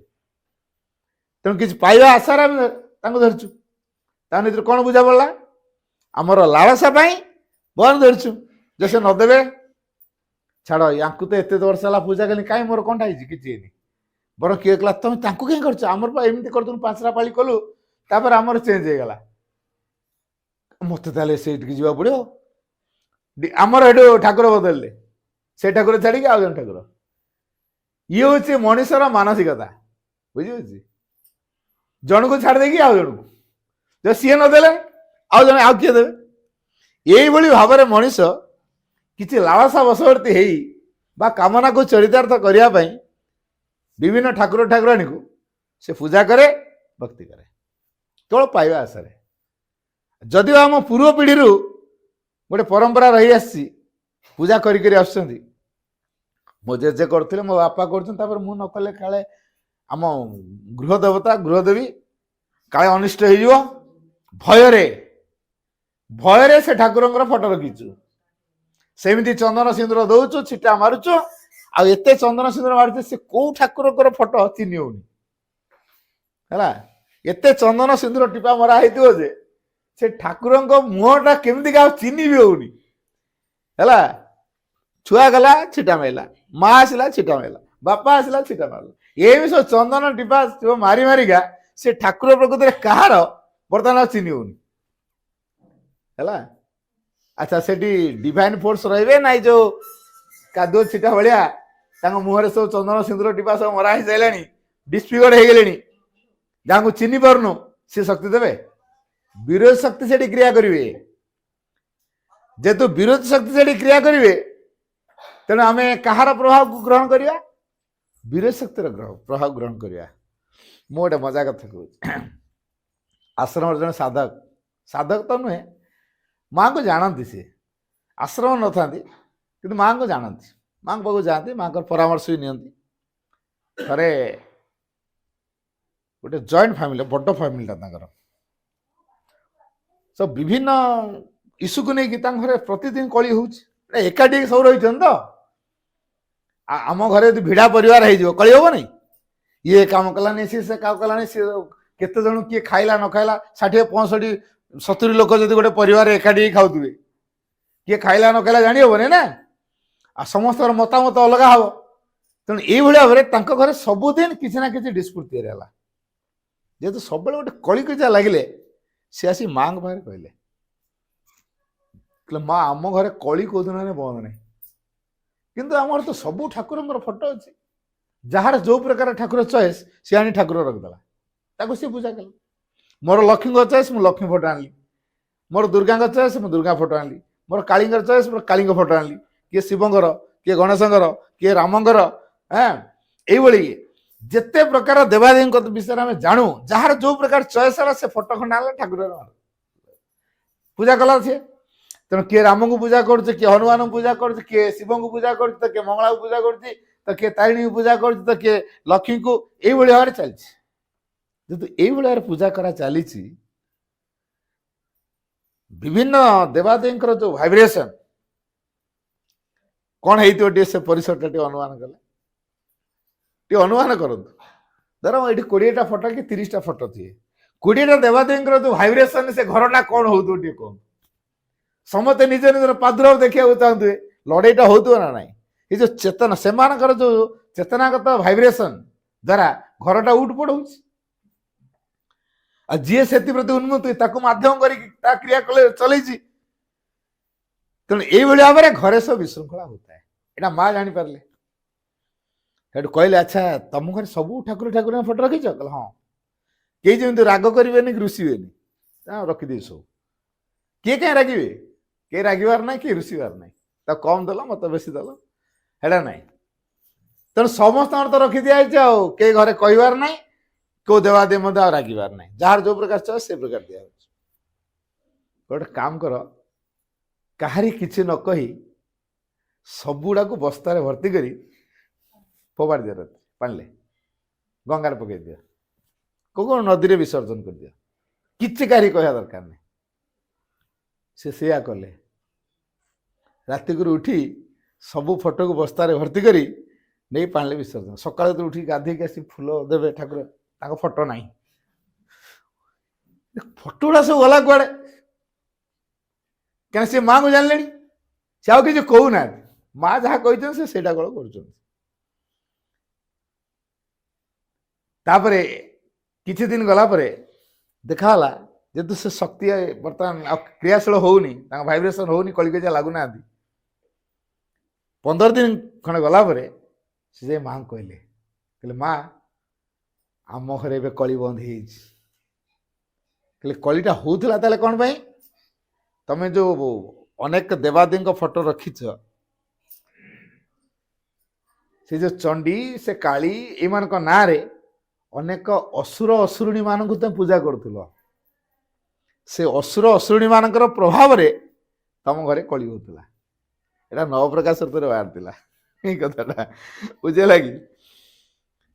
ତେଣୁ ଅସୁର ଅସୁରୁଣୀ ତମେ ପୂଜା କରୁଛ, ବର୍ତ୍ତମାନ ସେ ନାହିଁ, ତେଣୁ ସେ ପ୍ରଭାବଟା କମିଗଲା, ତେଣୁ ତମ ଘରେ ଶାନ୍ତି ହେଇଗଲା। ସେଇଠୁ ବୁଝିଲେ ଆରେ ଆରେ ତାହେଲେ କେବଳ ଯେ ପ୍ରକୃତରେ ଡିଭାଇନ ମଦର, ଯେ ଦିବ୍ୟ ଜନନୀ, ଆମେ ତାଙ୍କୁ ଗ୍ରହଣ କରିବା ତାହେଲେ ଅନ୍ୟମାନେ ଅସନ୍ତୋଷ ହେବେନି। ମୁଁ ଗୋଟେ ସ୍କୁଲକୁ ଯିବି, ମୋ ଝିଅ ବାହାଘର ଅଛି, କାର୍ଡଟେ ଦେବି, ପ୍ରିନ୍ସିପାଲ ଆଣ୍ଡ ଷ୍ଟାଫ୍ ଲେଖିବି, ତାହେଲେ ଏଠି ସମସ୍ତଙ୍କୁ ବୁଝା ପଡ଼ିବ ନା ନାହିଁ? ନା ଏ ଟିଚରକୁ, ସେ ପିଅନକୁ, ସେ ୱାଚମ୍ୟାନକୁ ଏମିତି ଜଣ ଜଣିକା ଦେବି କି? ଗୋଟେ କାର୍ଡ ଦେଇ ଦିଆଗଲା। ଗୋଟେ ଆମେ ଧର ସରସ୍ୱତୀ ପୂଜା କଲୁ, କାର୍ଡ ଆସିବ, କ'ଣ ବୋଲି ଆସିବ? Principal and staff. କାହିଁକିନା ଆମେ ଗୋଟେ ପରିବାର ହେଇ ଗୋଟେ ଜାଗାରେ ରହିଛୁ ନା। ସେମିତି ଯିଏ ମୂଳ, ତାଙ୍କୁ ଯଦି ଧରାଯାଏ ସବୁ ଖୁସି ହେଇଯିବେ। ଏଇଥିପାଇଁ ଏ ମା ଦରକାର। ଅର୍ଥାତ୍ ଆମ ଜୀବନରେ ଯୋଉ ଦିବ୍ୟ ପ୍ରଭାବକୁ ପ୍ରତିଷ୍ଠା କରିବାକୁ ହେଲେ କେବଳ ଏ ମା ହିଁ କରିପାରିବେ, ଆଉ କିଏ କରିପାରିବେନି। ଆମ ଗୁଣର ପରିବର୍ତ୍ତନ, ଆମ ଚରିତ୍ରର ପରିବର୍ତ୍ତନ, ଆମ ଚେତନାର ପରିବର୍ତ୍ତନ କେବଳ ମା କରିପାରିବେ, କାରଣ ସେ ମା ଆମ ଭିତରେ ସେଟା ଦେଇଛନ୍ତି। ତେଣୁ ଯିଏ ଦେଇଛନ୍ତି, ଯିଏ ତିଆରି କରିଛନ୍ତି, ସିଏ ହିଁ ପ୍ରକୃତରେ କେମିତି ସଜଡ଼ା ହବ ସିଏ କହିପାରିବେ। ଆଉ ଆମେ ଯେତେ ଦିନ ପର୍ଯ୍ୟନ୍ତ ତାଙ୍କୁ ଛାଡ଼ି ଦେଇକି ଅନ୍ୟମାନଙ୍କୁ ଧରିଥିବା, ବଦଳିବାଟା ହବନି। ତେଣୁ ଏଇଠି ଗୋଟେ କ୍ୱେଶ୍ଚନ, ଯଦି ଆମେ ବଦଳିବା ପାଇଁ ଚାହୁଁଛୁ ତାହେଲେ ମା ଦରକାର। ସେଇ ମା ପୁଣି କିଏ? ସେ ହଉଛନ୍ତି ପରମଙ୍କର ଚେତନା ଓ ଶକ୍ତି। ଯିଏ ପରମ, ତାଙ୍କଠୁ ଉପରେ ଆଉ କେହି ନାହାନ୍ତି, ହେଲା। ଯିଏ ସବୁଠୁ ସୁପ୍ରିମ, ଯାହାକୁ ଆମେ କହୁଛୁ ଇଂରାଜୀରେ ତାକୁ କୁହାଯାଏ ସୁପ୍ରିମ, ମୁଁ ଓଡ଼ିଆରେ କହିଲି ତାଙ୍କୁ ପରମ ବୋଲି। ତାଙ୍କ ଉପରେ ଆଉ କେହି ନାହାନ୍ତି। ସେଇ ପରମଙ୍କର ଯିଏ ଶକ୍ତି, ଅର୍ଥାତ୍ ପରମ, ଯାହା ଦ୍ୱାରା ତାଙ୍କ ଇଚ୍ଛାକୁ ପୂରଣ କରିପାରିବେ, ଇଚ୍ଛାକୁ କାର୍ଯ୍ୟକାରୀ କରିପାରିବେ, ସେଇ ପରମଙ୍କର ସିଏ ହଉଛନ୍ତି ଶକ୍ତି। ପରମ ଆଉ ତାଙ୍କ ଶକ୍ତି ଅଲଗା ନୁହେଁ। ସୂର୍ଯ୍ୟ ଆଉ ତାଙ୍କ ତେଜ ଅଲଗା କି? ସୂର୍ଯ୍ୟ ଆଉ ତାଙ୍କ ତେଜ ଅଲଗା ନୁହେଁ। ଆଚ୍ଛା କହନ୍ତୁ ନା ଦେଖିବା, ମାଛ କେବେ କମ୍ପ୍ଲେନ କରିଛି କି କ'ଣ ଭଗବାନ ଗୋଟେ କମନ ସେନ୍ସରେ ମତେ ଗୋଟେ ଏତେ ଗୋଟେ କଣ୍ଟା ଦେଇ ଦେଇଛନ୍ତି, ମୋ ଖାଲି କେଞ୍ଚି ହଉଛି? କେବେ କହିଛି ମାଛ? ହାତୀ କେବେ କମ୍ପ୍ଲେନ କରିଛି କି କ'ଣ ଗୋଟେ ଭଗବାନ ଗୋଟେ ଏମିତି କରିଛନ୍ତି, ମତେ ଏତେ ୱେଟ୍ କରିଦେଲେ ମୁଁ ପାହାଡ଼ ତଳକୁ ଖସି ପାରୁନି, ପାହାଡ଼ରେ ଉଠି ପାରୁନି, ହେଭି ୱେଟ୍, ପ୍ଲେନ୍ ଜାଗାରେ କାଳେ ମୋ ଯିବା ଆସିବା କରିବାକୁ ପଡୁଛି? ସେ କେବେ କମ୍ପ୍ଲେନ କରିଛି? ସୂର୍ଯ୍ୟ କେବେ କମ୍ପ୍ଲେନ କରିଛି କ'ଣ ଗୋଟେ ଏତେ ହିଟ୍ ଦେଇଛନ୍ତି ମୋ ଭଗବାନ, ମୋର ଏସି ଦରକାର? ସୂର୍ଯ୍ୟ କେବେ ଏସି ଖୋଜିଛି? ଖୋଜିନି। କମ୍ପ୍ଲେନ କରିଛନ୍ତି? କରିନାହାନ୍ତି। ଆଚ୍ଛା ସେମାନଙ୍କ ଭିତରେ ସବୁ ଅଡୁଆ ତୋଡୁଆ ଅଛି ନା ନାହିଁ? ତାପରେ କମ୍ପ୍ଲେନ କରିନାହାନ୍ତି। କିନ୍ତୁ ମଣିଷ ଟିକେ କ'ଣ ଅଡୁଆ ହେଲେ କମ୍ପ୍ଲେନ, ହେଲା ସାଙ୍ଗେ ସାଙ୍ଗେ କମ୍ପ୍ଲେନ୍ କାହିଁକି ସେ ଯାହାକୁ ନେଇକି କମ୍ପ୍ଲେନ୍ କରୁଛି ସେ ଜାଣିପାରିଲେ ତାର ଗୋଟେ ପାର୍ଟ ବୋଲି ହାତୀ ତା ବଡିରେ ଯୋଉ ୱେଟ୍ ଅଲଗା କି ମାଛ ଆଉ ତା କଣ୍ଟା ଅଲଗା କି ମାଛ ଆଉ ତା କଣ୍ଟା ଏକ ନା ନାହିଁ ହାତୀ ଆଉ ହାତୀର ଓଜନ ବଡିର ଯୋଉ ୱେଟ୍ ଏଟା ଏକା ନା ଗୋଟେ ନା ଅଲଗା ତା ଓଜନଟା ଅଲଗା ବଡିର ଆଉ ହାତୀ ଅଲଗା କି ଆଉ ଆମେ ଟିକେ ଅଲଗା ହେଇଯାଇଛୁ ବୋଲି ଆମେ ଭଗବାନ ପାଖରେ କମ୍ପ୍ଲେନ୍ କରୁଛୁ ତେଣୁ ଆମେ କେମିତି ଅନୁଭବ କରିପାରିବା ଆମେ ସେ ଭଗବାନଙ୍କର ଗୋଟେ ଗୋଟେ ଅଂଶ ଅଲଗା ନୁହେଁ ଏଇ ଜ୍ଞାନଟା ଆମ ଭିତରେ ତିଆରି କରିବା ପାଇଁ ମା ଦରକାର ମୁଁ ଭଗବାନଠୁ ଅଲଗା ନୁହେଁ ତେଣୁ ମୋର ଯୋଉ ଅସୁବିଧା ସେଟା ଭଗବାନଙ୍କର ବି ଅସୁବିଧା ମୋର ଯୋଉଟା ଦୁଃଖ ସେଟା ଭଗବାନଙ୍କର ବି ଦୁଃଖ ମୁଁ ଦୁଃଖ ଭୋଗ କରୁନି ଆମେ ମାଙ୍କ ପାଖରେ ଯୋଉ ଆପତ୍ତି କରୁ ତା ଦ୍ୱାରା କ'ଣ ହୁଏ ଜାଣିଛନ୍ତି ଏ ଯୋଉ ବିଭିନ୍ନ ପ୍ରକାର ଏଲିଗେସନ ସବୁ ମାଙ୍କ ପାଖରେ କହୁଛୁ ଇଏ ଏମିତି କଲା ସେ ସେମିତି କଲା ସେ ସେମିତି କଲା ସେ ସେମିତି କଲା ମା ତ ସମାଧାନ କରିଦିଅ ଏମିତି କହୁଛୁ ନା ନାହିଁ ତା ଦ୍ୱାରା କ'ଣ ହୁଏ ମାଙ୍କୁ ଆମେ ଭାରାକ୍ରାନ୍ତ କରୁ ଏଇଟା ମାଙ୍କୁ ଭଲ ପାଇବାର ପରିଚୟ ନୁହେଁ ବୁଝିପାରିଲେ ଯଦି ଆମେ ମାଙ୍କୁ ଭଲ ପାଉଛୁ ତାହେଲେ ମାଙ୍କ ପାଖରେ କେବେ ଆପତ୍ତି ଉଠେଇବାନି କାରଣ ଯାହା ଆବଶ୍ୟକ ସେ ସେଇଟା କରୁଛନ୍ତି ତାରି ମାଧ୍ୟମରେ କାମଟା ହଉଛି ମାଙ୍କର କାମ ଆମେ ସେଟା ଜାଣିପାରୁନୁ ଆମ ଅଜ୍ଞାନତା ପାଇଁ ଜଣେ ସାଧକ ଆଶ୍ରମ ପ୍ରେସରେ କାମ କରୁଥିଲେ ତାଙ୍କର ଇନଚାର୍ଜ ତାଙ୍କ ପ୍ରତି ମୋଟେ ଫେଭରେବଲ ହେଲେନି ହେଲା ଫେଭରେବଲ ହେଲେନି ତେଣୁ ଇମ୍ପାର୍ସିଆଲ ଭଳିଆ ହେଲା ଅନ୍ୟମାନଙ୍କୁ ବଢିଆ ଦୃଷ୍ଟିରେ ଦେଖିବେ ଆକୁ ଟିକେ କର କର କର କର ସବୁବେଳେ ସେଠୁ ସେ ଯେ ମାଙ୍କ ପାଖରେ କମ୍ପ୍ଲେନ୍ କଲା କହିଲା ମା ମୋ ଇନଚାର୍ଜ ମୋଟେ ମୋର ଫେଭରେବଲ ନୁହଁ ଇମ୍ପାର୍ସିଆଲ ହବା ଦରକାର କିନ୍ତୁ ପାର୍ସିଆଲ କରୁଛନ୍ତି ସେ ମୋଟେ ଇମ୍ପାର୍ସିଆଲ ହେଇପାରୁନାହାନ୍ତି ପାର୍ସିଆଲ ହଉଛି ମୋର ପକ୍ଷପାତ କରୁଛନ୍ତି ନିରପେକ୍ଷ ହେଇପାରୁନାହାନ୍ତି ମୋ ଉପରେ ସବୁବେଳେ ରିଜିଡ୍ ମୋ ଉପରେ ସବୁ କଟକଣା ମୋର ଜମା ରିଲାକ୍ସେସନ ନାହିଁ କିନ୍ତୁ ଅନ୍ୟମାନେ କାମ କରୁଛନ୍ତି ତାଙ୍କ ପ୍ରତି ଭାରି ରିଲାକ୍ସେସନ ଏମିତି ପକ୍ଷପାତଟା ରହିଲେ କେମିତି ହେବ ତେଣୁ ମୋତେ ଡିପାର୍ଟମେଣ୍ଟ ବଦଳେଇ ଦିଅ ମୋତେ ଖାଲି ସଫୋକେଟ୍ ହେଲେ ଆକ୍ଚା ଆକ୍ଚା ଲାଗିଲାଣି ମୋତେ ଡିପାର୍ଟମେଣ୍ଟ ଚେଞ୍ଜ କରିଦିଅ ମା କହିଲେ ଆଚ୍ଛା ତମ ଇନଚାର୍ଜ ତମ ପ୍ରତି ଏଇ ପ୍ରକାର ଯୋଉ କରୁଛନ୍ତି ମୁଁ ଜାଣିଛି ନା ନାଇଁ କୁହ ହଁ ମା ଆପଣଙ୍କୁ ପୁଣି କୋଉଟା ମାଲୁମ ରହିବ ଆପଣ ଜାଣିଛନ୍ତି ଆଚ୍ଛା ଜାଣିଲା ପରେ ଯଦି ମୁଁ ନୀରବ ରହିଛି କିଛି ଷ୍ଟେପ ନଉନି ତା ପଶ୍ଚାତରେ କିଛି କାରଣ ଅଛି ନା ନାହିଁ ହଁ ନିଶ୍ଚୟ ଥିବ ନା ମୁଁ ତ ସେଟା ଜାଣିପାରିନି ସିନା ହେଲେ ଅଛି ନା ଆଚ୍ଛା ତମେ ତୃତୀୟ କଥା କହିଲେ ତମେ ଏଠି କାହା ପାଇଁ ଆସିଛ ଏ ଯୋଉ ଆଶ୍ରମକୁ ଆସିଛ ପ୍ରେସରେ କାମ କରୁଛ କାହା ପାଇଁ ତମ ଇନଚାର୍ଜ ପାଇଁ କାମ କରୁଛ ନା ଭଗବାନ ପାଇଁ କାମ କରୁଛ ଡିଭାଇନ ପାଇଁ କାମ କରୁଛ ନା ଭଗବାନ ପାଇଁ ଯଦି ଭଗବାନ ପାଇଁ କାମ କରୁଛ ତମେ ଇନଚାର୍ଜ କ'ଣ କଲେ ନ କଲେ ତାକୁ ହିଁ କମ୍ପ୍ଲେନ୍ କରୁଛ ଏଟା ତାହେଲେ ଭଗବାନ ତମେ ତାହେଲେ ଇନଚାର୍ଜ ପାଇଁ କାମ କରୁଥିଲ ଇନଚାର୍ଜ ଫେଭରେବଲ ହେଲା ଭଲ କାମ ହବ ଫେଭରେବଲ ହେଲା ନାହିଁ ଖରାପ କାମ ହବ ରିଆକ୍ସନ ରିଆକ୍ସନ ରିଆକ୍ସନ ଏଭଳିଆ ଚାଲିଛି ତମର ଏବେ ଚିନ୍ତା କର ମୋର ତାହେଲେ ଭୁଲ ଅଛି ଆଉ ମୁଁ କେବେ କମ୍ପ୍ଲେନ୍ କରିବି କାରଣ ମୋ ଜୀବନ ପାଇଁ ପ୍ରକୃତରେ ଯାହା ଆବଶ୍ୟକ ମା ସେଟା ମୋ ଭିତରେ କରଉଛନ୍ତି ୟାରି ମାଧ୍ୟମରେ ମୋ ସମତା ରକ୍ଷା ହବ ମୁଁ ସ୍ଥିର ହେବି ଶାନ୍ତ ହେବି ବାଧାବିଘ୍ନ ଯେତିକି ଆସିବ ମୁଁ ସେତିକି ମାଙ୍କୁ ଡାକିବି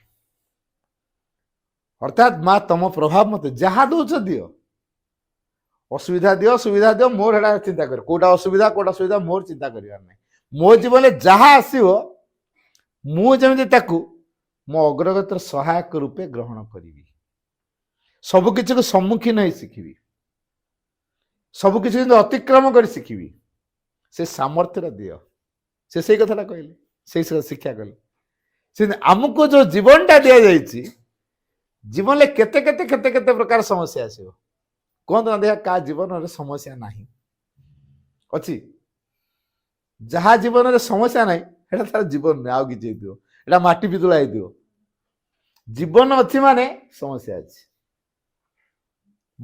ମନସ୍ତରୀୟ ସମସ୍ୟା ପ୍ରାଣରେ ପ୍ରାଣସ୍ତରୀୟ ସମସ୍ୟା ଶରୀରରେ ଶରୀର ସ୍ତରୀୟ ସମସ୍ୟା କିନ୍ତୁ ସମସ୍ୟା ହିଁ ରହିବ। କାହିଁକି? ଗାଡ଼ିଟା ଆମେ ଚଲାଉଛୁ, ଗିଅର ଅଛି, ଏକ୍ସିଲେଟର ଅଛି, ସ୍ପିଡ ବଢଉଛି ନା ନାହିଁ, ପୁଣି ଗୋଟେ ବ୍ରେକ୍ ଅଛି ନା ନାହିଁ। ବ୍ରେକ୍ଟା କ'ଣ କରୁଛି? ସ୍ପିଡକୁ କଣ୍ଟ୍ରୋଲ କରୁଛି। ଯଦି ଦୁଇଟା ଯାକ ନ ରହିବ, ଖାଲି କହିବା ଗିଅର ରହୁ ଏକ୍ସିଲେଟର ରହୁ, ପ୍ରତିଦିନ କେତେ ଲୋକ ଆକ୍ସିଡେଣ୍ଟରେ ମରିବ କୁହନ୍ତୁ? ଜାଣି ହଉଛି? ଗାଡ଼ିଟାରେ ଯେମିତି ଗିଅର ଅଛି, ଏକ୍ସିଲେଟର ଅଛି, ଗାଡ଼ିର ବେଗକୁ ବଢେଇବା ପାଇଁ, ଗୋଟେ ବ୍ରେକ୍ଟା ଅଛି ବେଗକୁ କଣ୍ଟ୍ରୋଲ କରିବା ପାଇଁ। ତେଣୁ ଦୁଇଟା କଥା ଯଦି ନ ରହିବ ତାହେଲେ ଗାଡ଼ିଟା ଚାଲିପାରିବ କି? ନା ଆମେ ଗାଡ଼ିଟା ଚଲେଇ ପାରିବା? ଚାଲିପାରିବା। ଇଏ ଯେମିତି କଥା ଜୀବନରେ ସେମିତି ଦୁଇଟା କଥା ରହିବ। କାହିଁକି? ବାଲାନ୍ସ ରଖିବା ପାଇଁ ରହିବ। ଯଦି ଅସୁବିଧା ନ ଆସିବ ତାହେଲେ ଭଗବାନଙ୍କ ନିକଟତର କେମିତି ହବା? ଭଗବାନଙ୍କ ଭରସା କେମିତି କରିବା? ଭଗବାନଙ୍କୁ କେମିତି ରଖିବା? ତେଣୁ ଶରୀର ସ୍ତରରେ ଭଗବାନଙ୍କ ବିଷୟରେ ସଚେତନ ଯେପର୍ଯ୍ୟନ୍ତ ନ ହେଇଛି ଶରୀର, ତା ଭିତରେ ଡିଫେକ୍ଟ ଟିକେ ଦେଖାଦେବ। ଶ୍ରୀ ଅରବିନ୍ଦଙ୍କର ଗୋଟେ ବାକ୍ୟ ଅଛି, all the problems of the existence are essentially the problem of harmony। ବାକ୍ୟଟା ଆଉଥରେ କହୁଛି, ଖାଲି ଆମର ନୁହଁ, all the problems of the existence, ପୃଥିବୀରେ ଯେତେ ପ୍ରକାର ସମସ୍ୟା ସବୁ ଆମେ ଦେଖୁଛେ, ଇଏ ସବୁ ହଉଛି ସଂଗତିର ସମସ୍ୟା। ସଂଗତି ନାହିଁ ବୋଲି ସଂଗତିରେ ସମସ୍ୟା ଅଛି, ତେଣୁ ପୃଥିବୀ ସାରା ସମସ୍ୟା ହେଇଯାଇଛି। ତେଣୁ ଯୋଉ ଆମ ଭିତରେ ଆଗ ସଂଗତିର ଦରକାର। ସଂଗତି ମାନେ କ'ଣ? ସବୁ ସତ୍ତା ମାନେ ଗୋଟେ ଧାରାକୁ ଅନୁସରଣ କରି ଚାଲିବେ। ହେଲା, ମନ କହିବ ମୋ ମା ଯାହା କହୁଛି ମୁଁ ସେଇଆ କରିବି, ପ୍ରାଣ ସେ କହ ନା ମା ଯାହା କହୁଛି ମୁଁ ସେଇଆ କରିବି, ଶରୀର କହିବ ମୁଁ ମାଙ୍କ ପାଇଁ କାମ କରିବି। ତେଣୁ ମନ, ପ୍ରାଣ, ଶରୀର, ଆତ୍ମା ତ ସେ ସବୁବେଳେ ଭଗବାନଙ୍କ ପ୍ରତିନିଧି ଆମ ଭିତରେ ଅଛି। ସେ ଭଗବାନ ସବୁବେଳେ ଡାକେ, ଭାଇ ଡାକନ୍ତି ନାହିଁ। ଭଗବାନ କିଏ କିଏ? ମନ ଡାକେନି, ପ୍ରାଣ ଡାକେନି, ଶରୀର ଡାକେନି। ମନ ଭଗବାନଙ୍କ ଦ୍ୱାରା ପରିଚାଳିତ ହୁଏନି, ଅସ୍ୱୀକାର କରେ। ପ୍ରାଣ ମଧ୍ୟ ତା ଭିତରେ ବିଭିନ୍ନ ପ୍ରକାର କାମନା, ବାସନା, ଉତ୍ତେଜନା, ଦାବି, ହିଂସା, ଈର୍ଷା, ଅସୂୟା, ପରଶ୍ରୀ କାତରତା, ବୁଭୁକ୍ଷା, ଅହଙ୍କାର, ସ୍ୱାର୍ଥପରତା, ଏସବୁ ଭାଇବ୍ରେସନକୁ ନେଇକି ବହୁତ ମଜଗୁଲ କରୁଛି। ହେଲା, ତେଣୁ ପ୍ରାଣ ସେଥିରେ ସେ ସାଟିସ୍ଫାଏଡ। ସିଏ ଭଗବାନଙ୍କୁ ଡାକିଲେ ମୋଟେ ରାଜି ହବନି ସହଜରେ। ହେଲା, ତେଣୁ ସେ ଏଥିରେ ମଜଗୁଲ ଅଛି। ଶରୀର ସ୍ତରରେ ତାର ଯୋଉ ତୁଚ୍ଛ କାମନାକୁ ଚରିତାର୍ଥ କରି ଚାଲିବ, ପାଶବିକତାର ଭାବକୁ ସେ ପୂରଣ କରି ଚାଲିବ, ତାହେଲେ ସେଥିରେ ଖୁସି। ସିଏ ଭଗବାନ ପାଇଁ କାହିଁକି କାମ କରିବ? ତେଣୁ ସେ ସେଦିନ କାମ କରେନି। ତାର କାମନାକୁ, ଶରୀରସ୍ତରୀୟ ଯୋଉ କାମନା, ତାର ଯଦି ଚରିତାର୍ଥ ହଉଛି, ଶରୀର କହ ଠିକ ଅଛି, ଶରୀର ଚାହୁଁଛି ଟିକେ ଭଲ କମ୍ଫର୍ଟେବଲି ଶୋଇବି, ପ୍ରାଣ ଚାହେଁ ମୁଁ ବଢିଆ ଏନ୍ଜୟ କରିବି, ଟିଭି ଫି ଲଗାଏ ତ ବଢିଆ ବଢିଆ ସିନେମା ଦେଖୁଥିବି, ନାଚ ଦେଖୁଥିବି, ଆଉ କ'ଣ କ'ଣ। ମନ କହୁଥିବ କେତେ କେତେ କଥା ଖାଲି କଳ୍ପନା କରିବି, ଏମିତି କରିବି, ସେମିତି କରିବି, ସେମିତି କରିବି, ଘର କରିବି, ଜାଗା କରିବି, ଆଉ କ'ଣ କରିବି, ଏମିତି ତାର ଚିନ୍ତା କରୁଥିବ। ସେ ତାର ସେଇ କାମନା ବାସନା ଚରିତାର୍ଥ କରିବା, ମନ ତାକୁ ୟୁଟିଲାଇଜ କରୁଛି। ଏଇଭଳି ଭାବରେ ତିନିଟା ଯାକ କେହି ଭଗବାନକୁ ଚାହୁଁନାହାନ୍ତି। ତେଣୁ ଅସଙ୍ଗତି ନା ସଂଗତି? ଭଗବାନଙ୍କୁ ଯେପର୍ଯ୍ୟନ୍ତ ମନ ପ୍ରାଣ ଶରୀର ଚାହିଁନାହାନ୍ତି, ସେ ପର୍ଯ୍ୟନ୍ତ ଅସଙ୍ଗତି ଭିତରେ ଅଛି। ଆମର ଏଇ ଅସଙ୍ଗତିଟା ବାହାରେ ଫୁଟେଇବ, ବାହାରେ କାର୍ଯ୍ୟରେ ଦେଖେଇବ। ଭିତରେ ଯଦି ମୁଁ ଡିପ୍ରେସଡ ହେଇକି ଅଛି, ମୁଁ ଯଦି କ୍ଲାସ ରୁମକୁ ଯିବି, ପିଲାଙ୍କୁ ରାଗିବି ନା ନାଇଁ? କୁହନ୍ତୁ ଦେଖିଆ।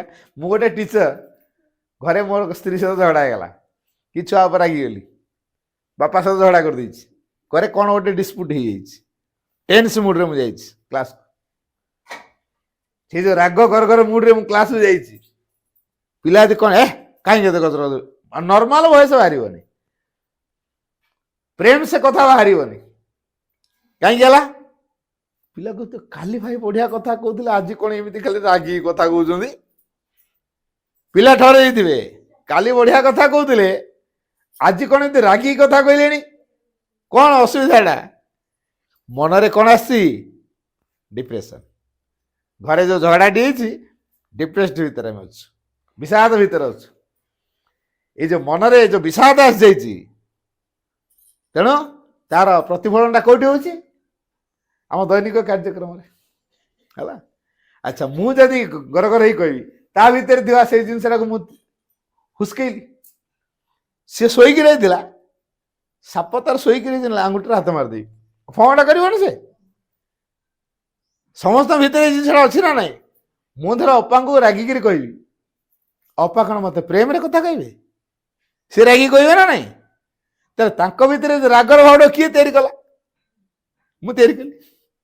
ମୁଁ ରାଗର ଭାବରେ ଅପାଙ୍କୁ କହିଲି, ତେଣୁ ଅପା ମୋ ପାଇଁ ରାଗିଲେ।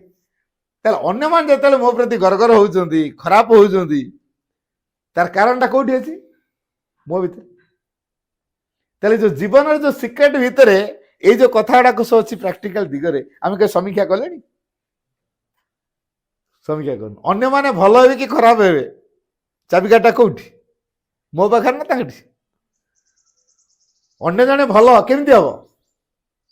ମୁଁ ଯଦି ଭଲ ଭାବରେ ତା ପାଖରେ ପହଞ୍ଚିବି, ମୁଁ ତା ପ୍ରତି ଭଲ ଭାଇବ୍ରେସନ ଛାଡ଼ିବି, ତା ପ୍ରତି ଶୁଭେଚ୍ଛା ଭାବ ପୋଷଣ କରିବି, ତା ପ୍ରତି ପ୍ରେମ ଭାବ ରଖିବି, ସିଏ ମୋ ପ୍ରତି ପ୍ରେମ ଭାବ ରଖିବ। ଅନ୍ୟମାନେ ଯଦି ଆମକୁ ଭଲ ଆଚରଣ କରନ୍ତୁ ବୋଲି ମୁଁ ଆଶା କରୁଛି, ତାହେଲେ ମୁଁ ଅନ୍ୟମାନଙ୍କୁ ଭଲ ଆଚରଣ କରିବା ଦରକାର।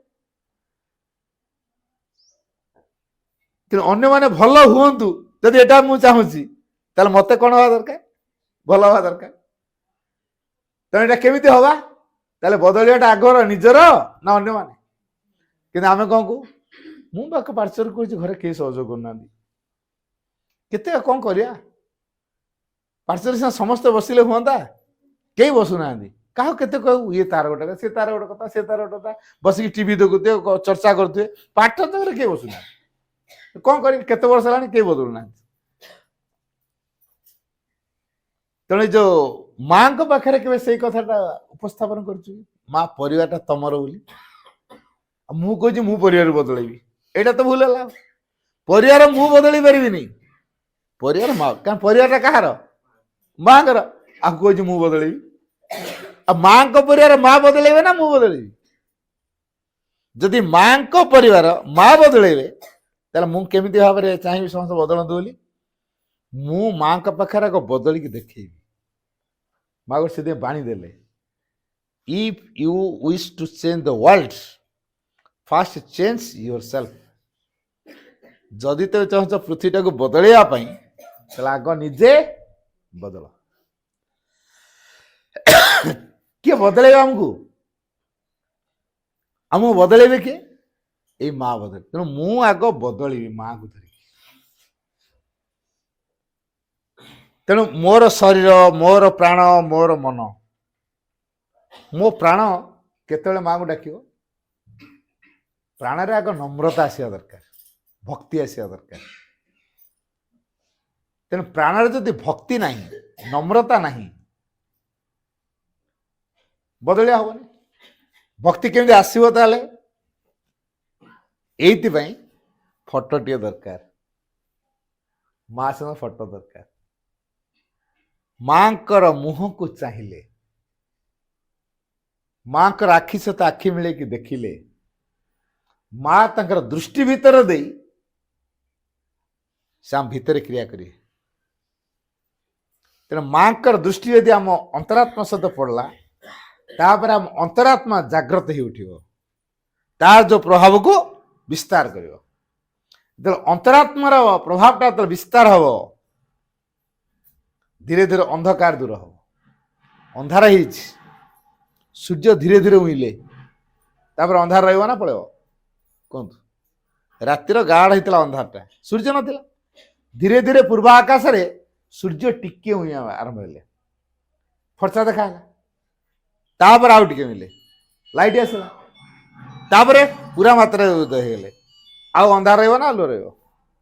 କୁହନ୍ତୁ, ଅନ୍ଧାର ରହିବ? ଠିକ ସେଇଭଳି ଆମ ଅନ୍ତରାତ୍ମା କୋଉ ବୁଡିକି କୋଉ ନିବୃତ୍ତ କୋଣରେ ଥିଲା, ମାଙ୍କର ଦୃଷ୍ଟି ପଡିଲା, ମାଙ୍କୁ ଆମେ ଦେଖିଲେ, ସେ ଦୃଷ୍ଟି ଭିତରେ ଆମ ଦୃଷ୍ଟି ପଡିଲା, ସେ ଆମ ଭିତର ସହିତ କ୍ରିୟା କଲେ। ତାପରେ କଣ ହବ? ସେ ଯୋଉ ଭିତରେ ଯୋଉ ସୂର୍ଯ୍ୟ ଅଛନ୍ତି, ତେଜବାନ ସୂର୍ଯ୍ୟ, ସେ ଧୀରେ ଧୀରେ ଧୀରେ ଧୀରେ ଉଦୟ ହବା ଆରମ୍ଭ। ଆଉ ଯେତେବେଳେ ଉଦୟ ହେବେ, ତା ଲାଇଟ୍ ଟା ପ୍ରକାଶ ପାଇବ ନା ନାଇଁ? ତା ଲାଇଟ୍ ଯେତେବେଳେ ପ୍ରକାଶ ପାଇବ, ମନର ଯୋଉ ଅନ୍ଧକାର, ପ୍ରାଣର ଯୋଉ ଅନ୍ଧକାର, ଶରୀରର ଯୋଉ ଅନ୍ଧକାର, ସେ ଆଉ ରହିବ କି? ସିଏ ଆଉ ରହିବନି। ତାହେଲେ କ'ଣ ଦରକାର? ମାଆଙ୍କୁ ଆଗ ସ୍ଥୂଳ ଭାବରେ, ଏଇଟା ହେଲା ସ୍ଥୂଳ ଉପାୟ। ସୂକ୍ଷ୍ମର ତ ଭିତରେ ଫଟୋ ନଥିଲେ ଭିତରେ ସେ ମାଆଙ୍କୁ ଚିନ୍ତା କରିବା। ତେଣୁ ଏଇ ଯୋଉ ଭିତର ପର୍ଯ୍ୟନ୍ତ ଆସିବା ପାଇଁ ଗୋଟେ ଅଭ୍ୟାସ ଦରକାର। ବାହାରୁ ଦେଖୁ ଦେଖୁକା ତାପରେ ଭିତରେ ହବ। ବାହାରୁ ଆମେ ମାଆଙ୍କୁ ନିଜର ଭାବୁଥିବା, ପରିବାର ମୁଖ୍ୟ ଭାବୁଥିବା, ତାହେଲେ ଏଇ ମା କ'ଣ କରିବେ?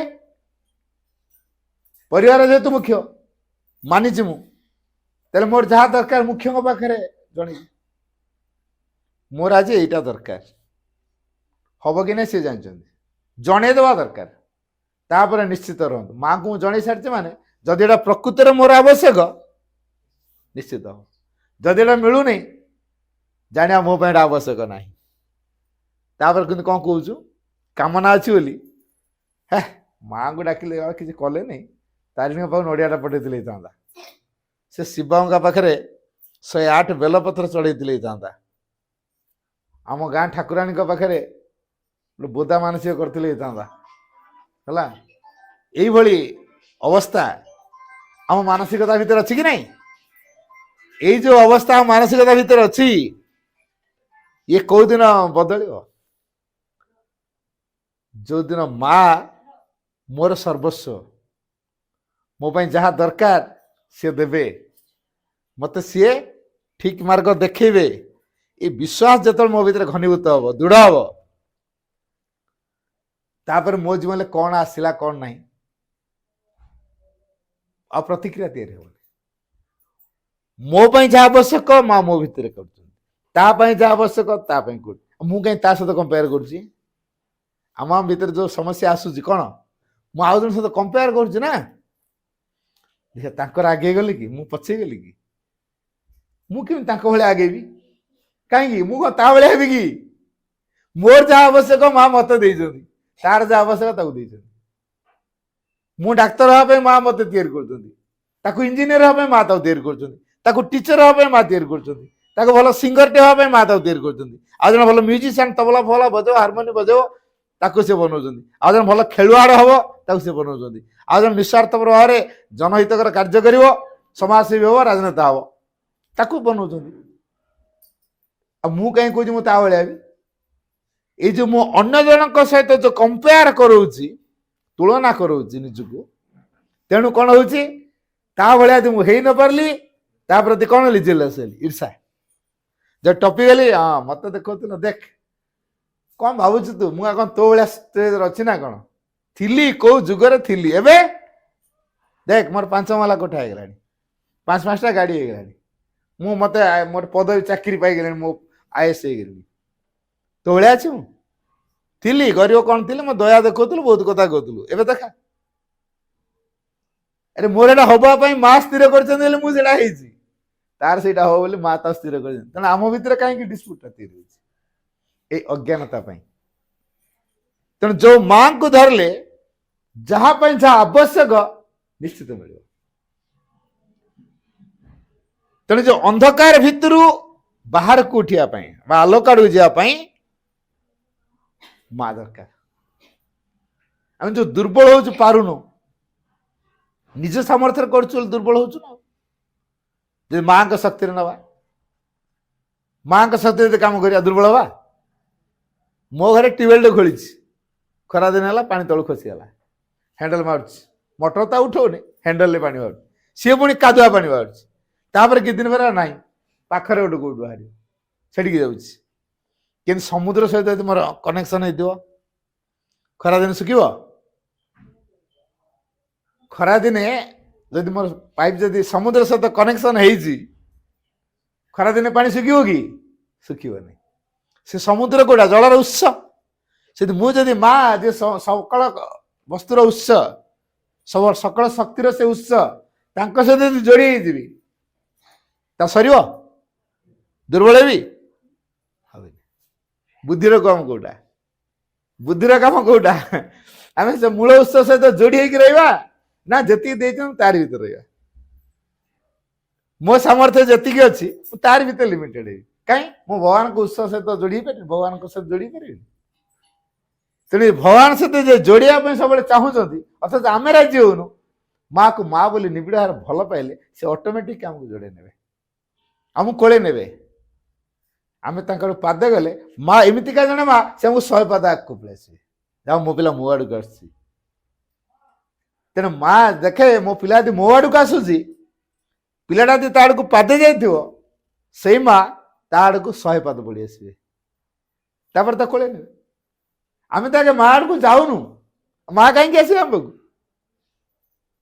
तेणु अंधकार भितर आलोक को उठिया गले माँ दरकार दुर्बल शक्तिमंत हवा गले माँ दरकार आम भर जो विभ्रांतिकर धारणा सब आसी जाऊँगी प्यूरिटी ना शुद्धता ना केते केते कथा विमिश्रित हो रोचे अड़ुआ तोड़िया जिनस रोचे ये सकल अड़ुआ तोड़िया भितर शुद्धता कौटा कन्फ्यूज पड़ू जापारनु जाना के जोटा माँ कहते ठीक से लोक कहला से लोक कहला से लोक कहला से लोक कहला गीता कहला भागवत कहला बाइबल कहला कुरान कहला हाँ एम सब कहले सब ग्रंथर तो ये गोटे कथा कह कौटा ठीक ताने पुराण रे गोटे कथा महाभारत रे गोटे कथा लिखाला भागवत रे गोटे कथा लिखाला आउ को ग्रंथ रे गोटे कथा लिखाला गीता रे गोटे कथा लिखाला कन्फ्यूज ताले आम क्या मानिबा जी मूल माँ सी कौन कहते सेटा गल ठीक तेणु जी मूल माँ सी जोड़ा कहते बुझापी अन्य माने भिन्न भिन्न उपाय कहते माँ कथा ठीक आ माँ जोड़ा कहते सहीटा ठीक सी तार मत भूल कहता मोर एथर कौन जाएस मु तो जानसी जोड़ा माँ कहते मुझे ठीक से बुझी पार ना कहते तुम कथा भूल कहता भूल हेल्ले माँ जानती ना ना कौटा ठीक कौटा भूल तेना प्रतिक्रिया आसब कि मु धर गोटे कम करा अन्य मानक शुएला नहीं माँ जोटा कहते मुझे कली एमती कौन करदेल ना माँ कह हाँ यहाँ तो खाली माँ कहते छाड़ा से बंद कर ये भाया कर एटा भूल कह हाँ तुम भूल कह मो भितर माँ जो कथा कहले मुझे कली तुम से भूल हो पारे मो कौन हो ठीक है तेणु भीतर शुद्धिकरण गोटे कथा दरकार केवल दिव्य प्रभाव को स्वीकार करवा माँ को प्रभाव को स्वीकार कले भितर शुद्धता तैयारी हम आम भीतर जो अशुद्ध प्रभाव अच्छी इम्प्यूरिटी अच्छी ताको प्योर करने कौन दरकार केवल ये डिवाइन मदर बा दिव्य जननी प्रभाव दरकार तांकरी प्रभाव को जे जति ग्रहण कर पारला से शुद्ध हो तेणु यथार्थ शुद्धता होची केवल दिव्य प्रभाव को ग्रहण करवा ये काम करेंगे किए माँ करे अच्छा जने ग्रहण करियो केतोले टाणुआ हेले ना नरम हेले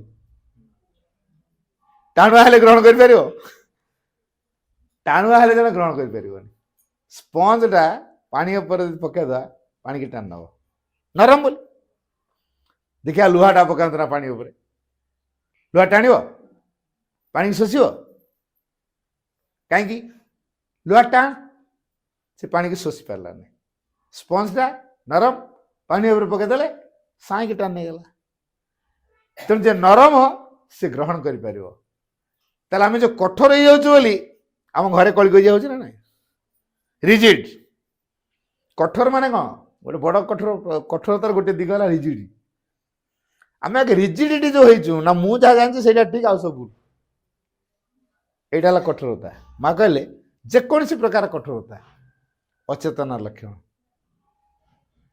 बाणी कम मन रहा जेकोसी प्रकार कठोरता हूँ अचेतनार लक्षण शिक्षा बारे तेना कठोर हवा ना नमनी हवा ना मु तो जहाँ बुझी से ठीक है मु जहाँ बुझी मो ठीक समस्त ठीक हो समस्त कौटा ठीक जोटा यही माँ कहते समस्त ठीक तेल समस्त को लेकिन जो कम करवा समस्त मन मिलवा चाहिए तो समस्ते क्या मानिया दरकार मो कथा पछे न रहू ये माँ कथा रही तो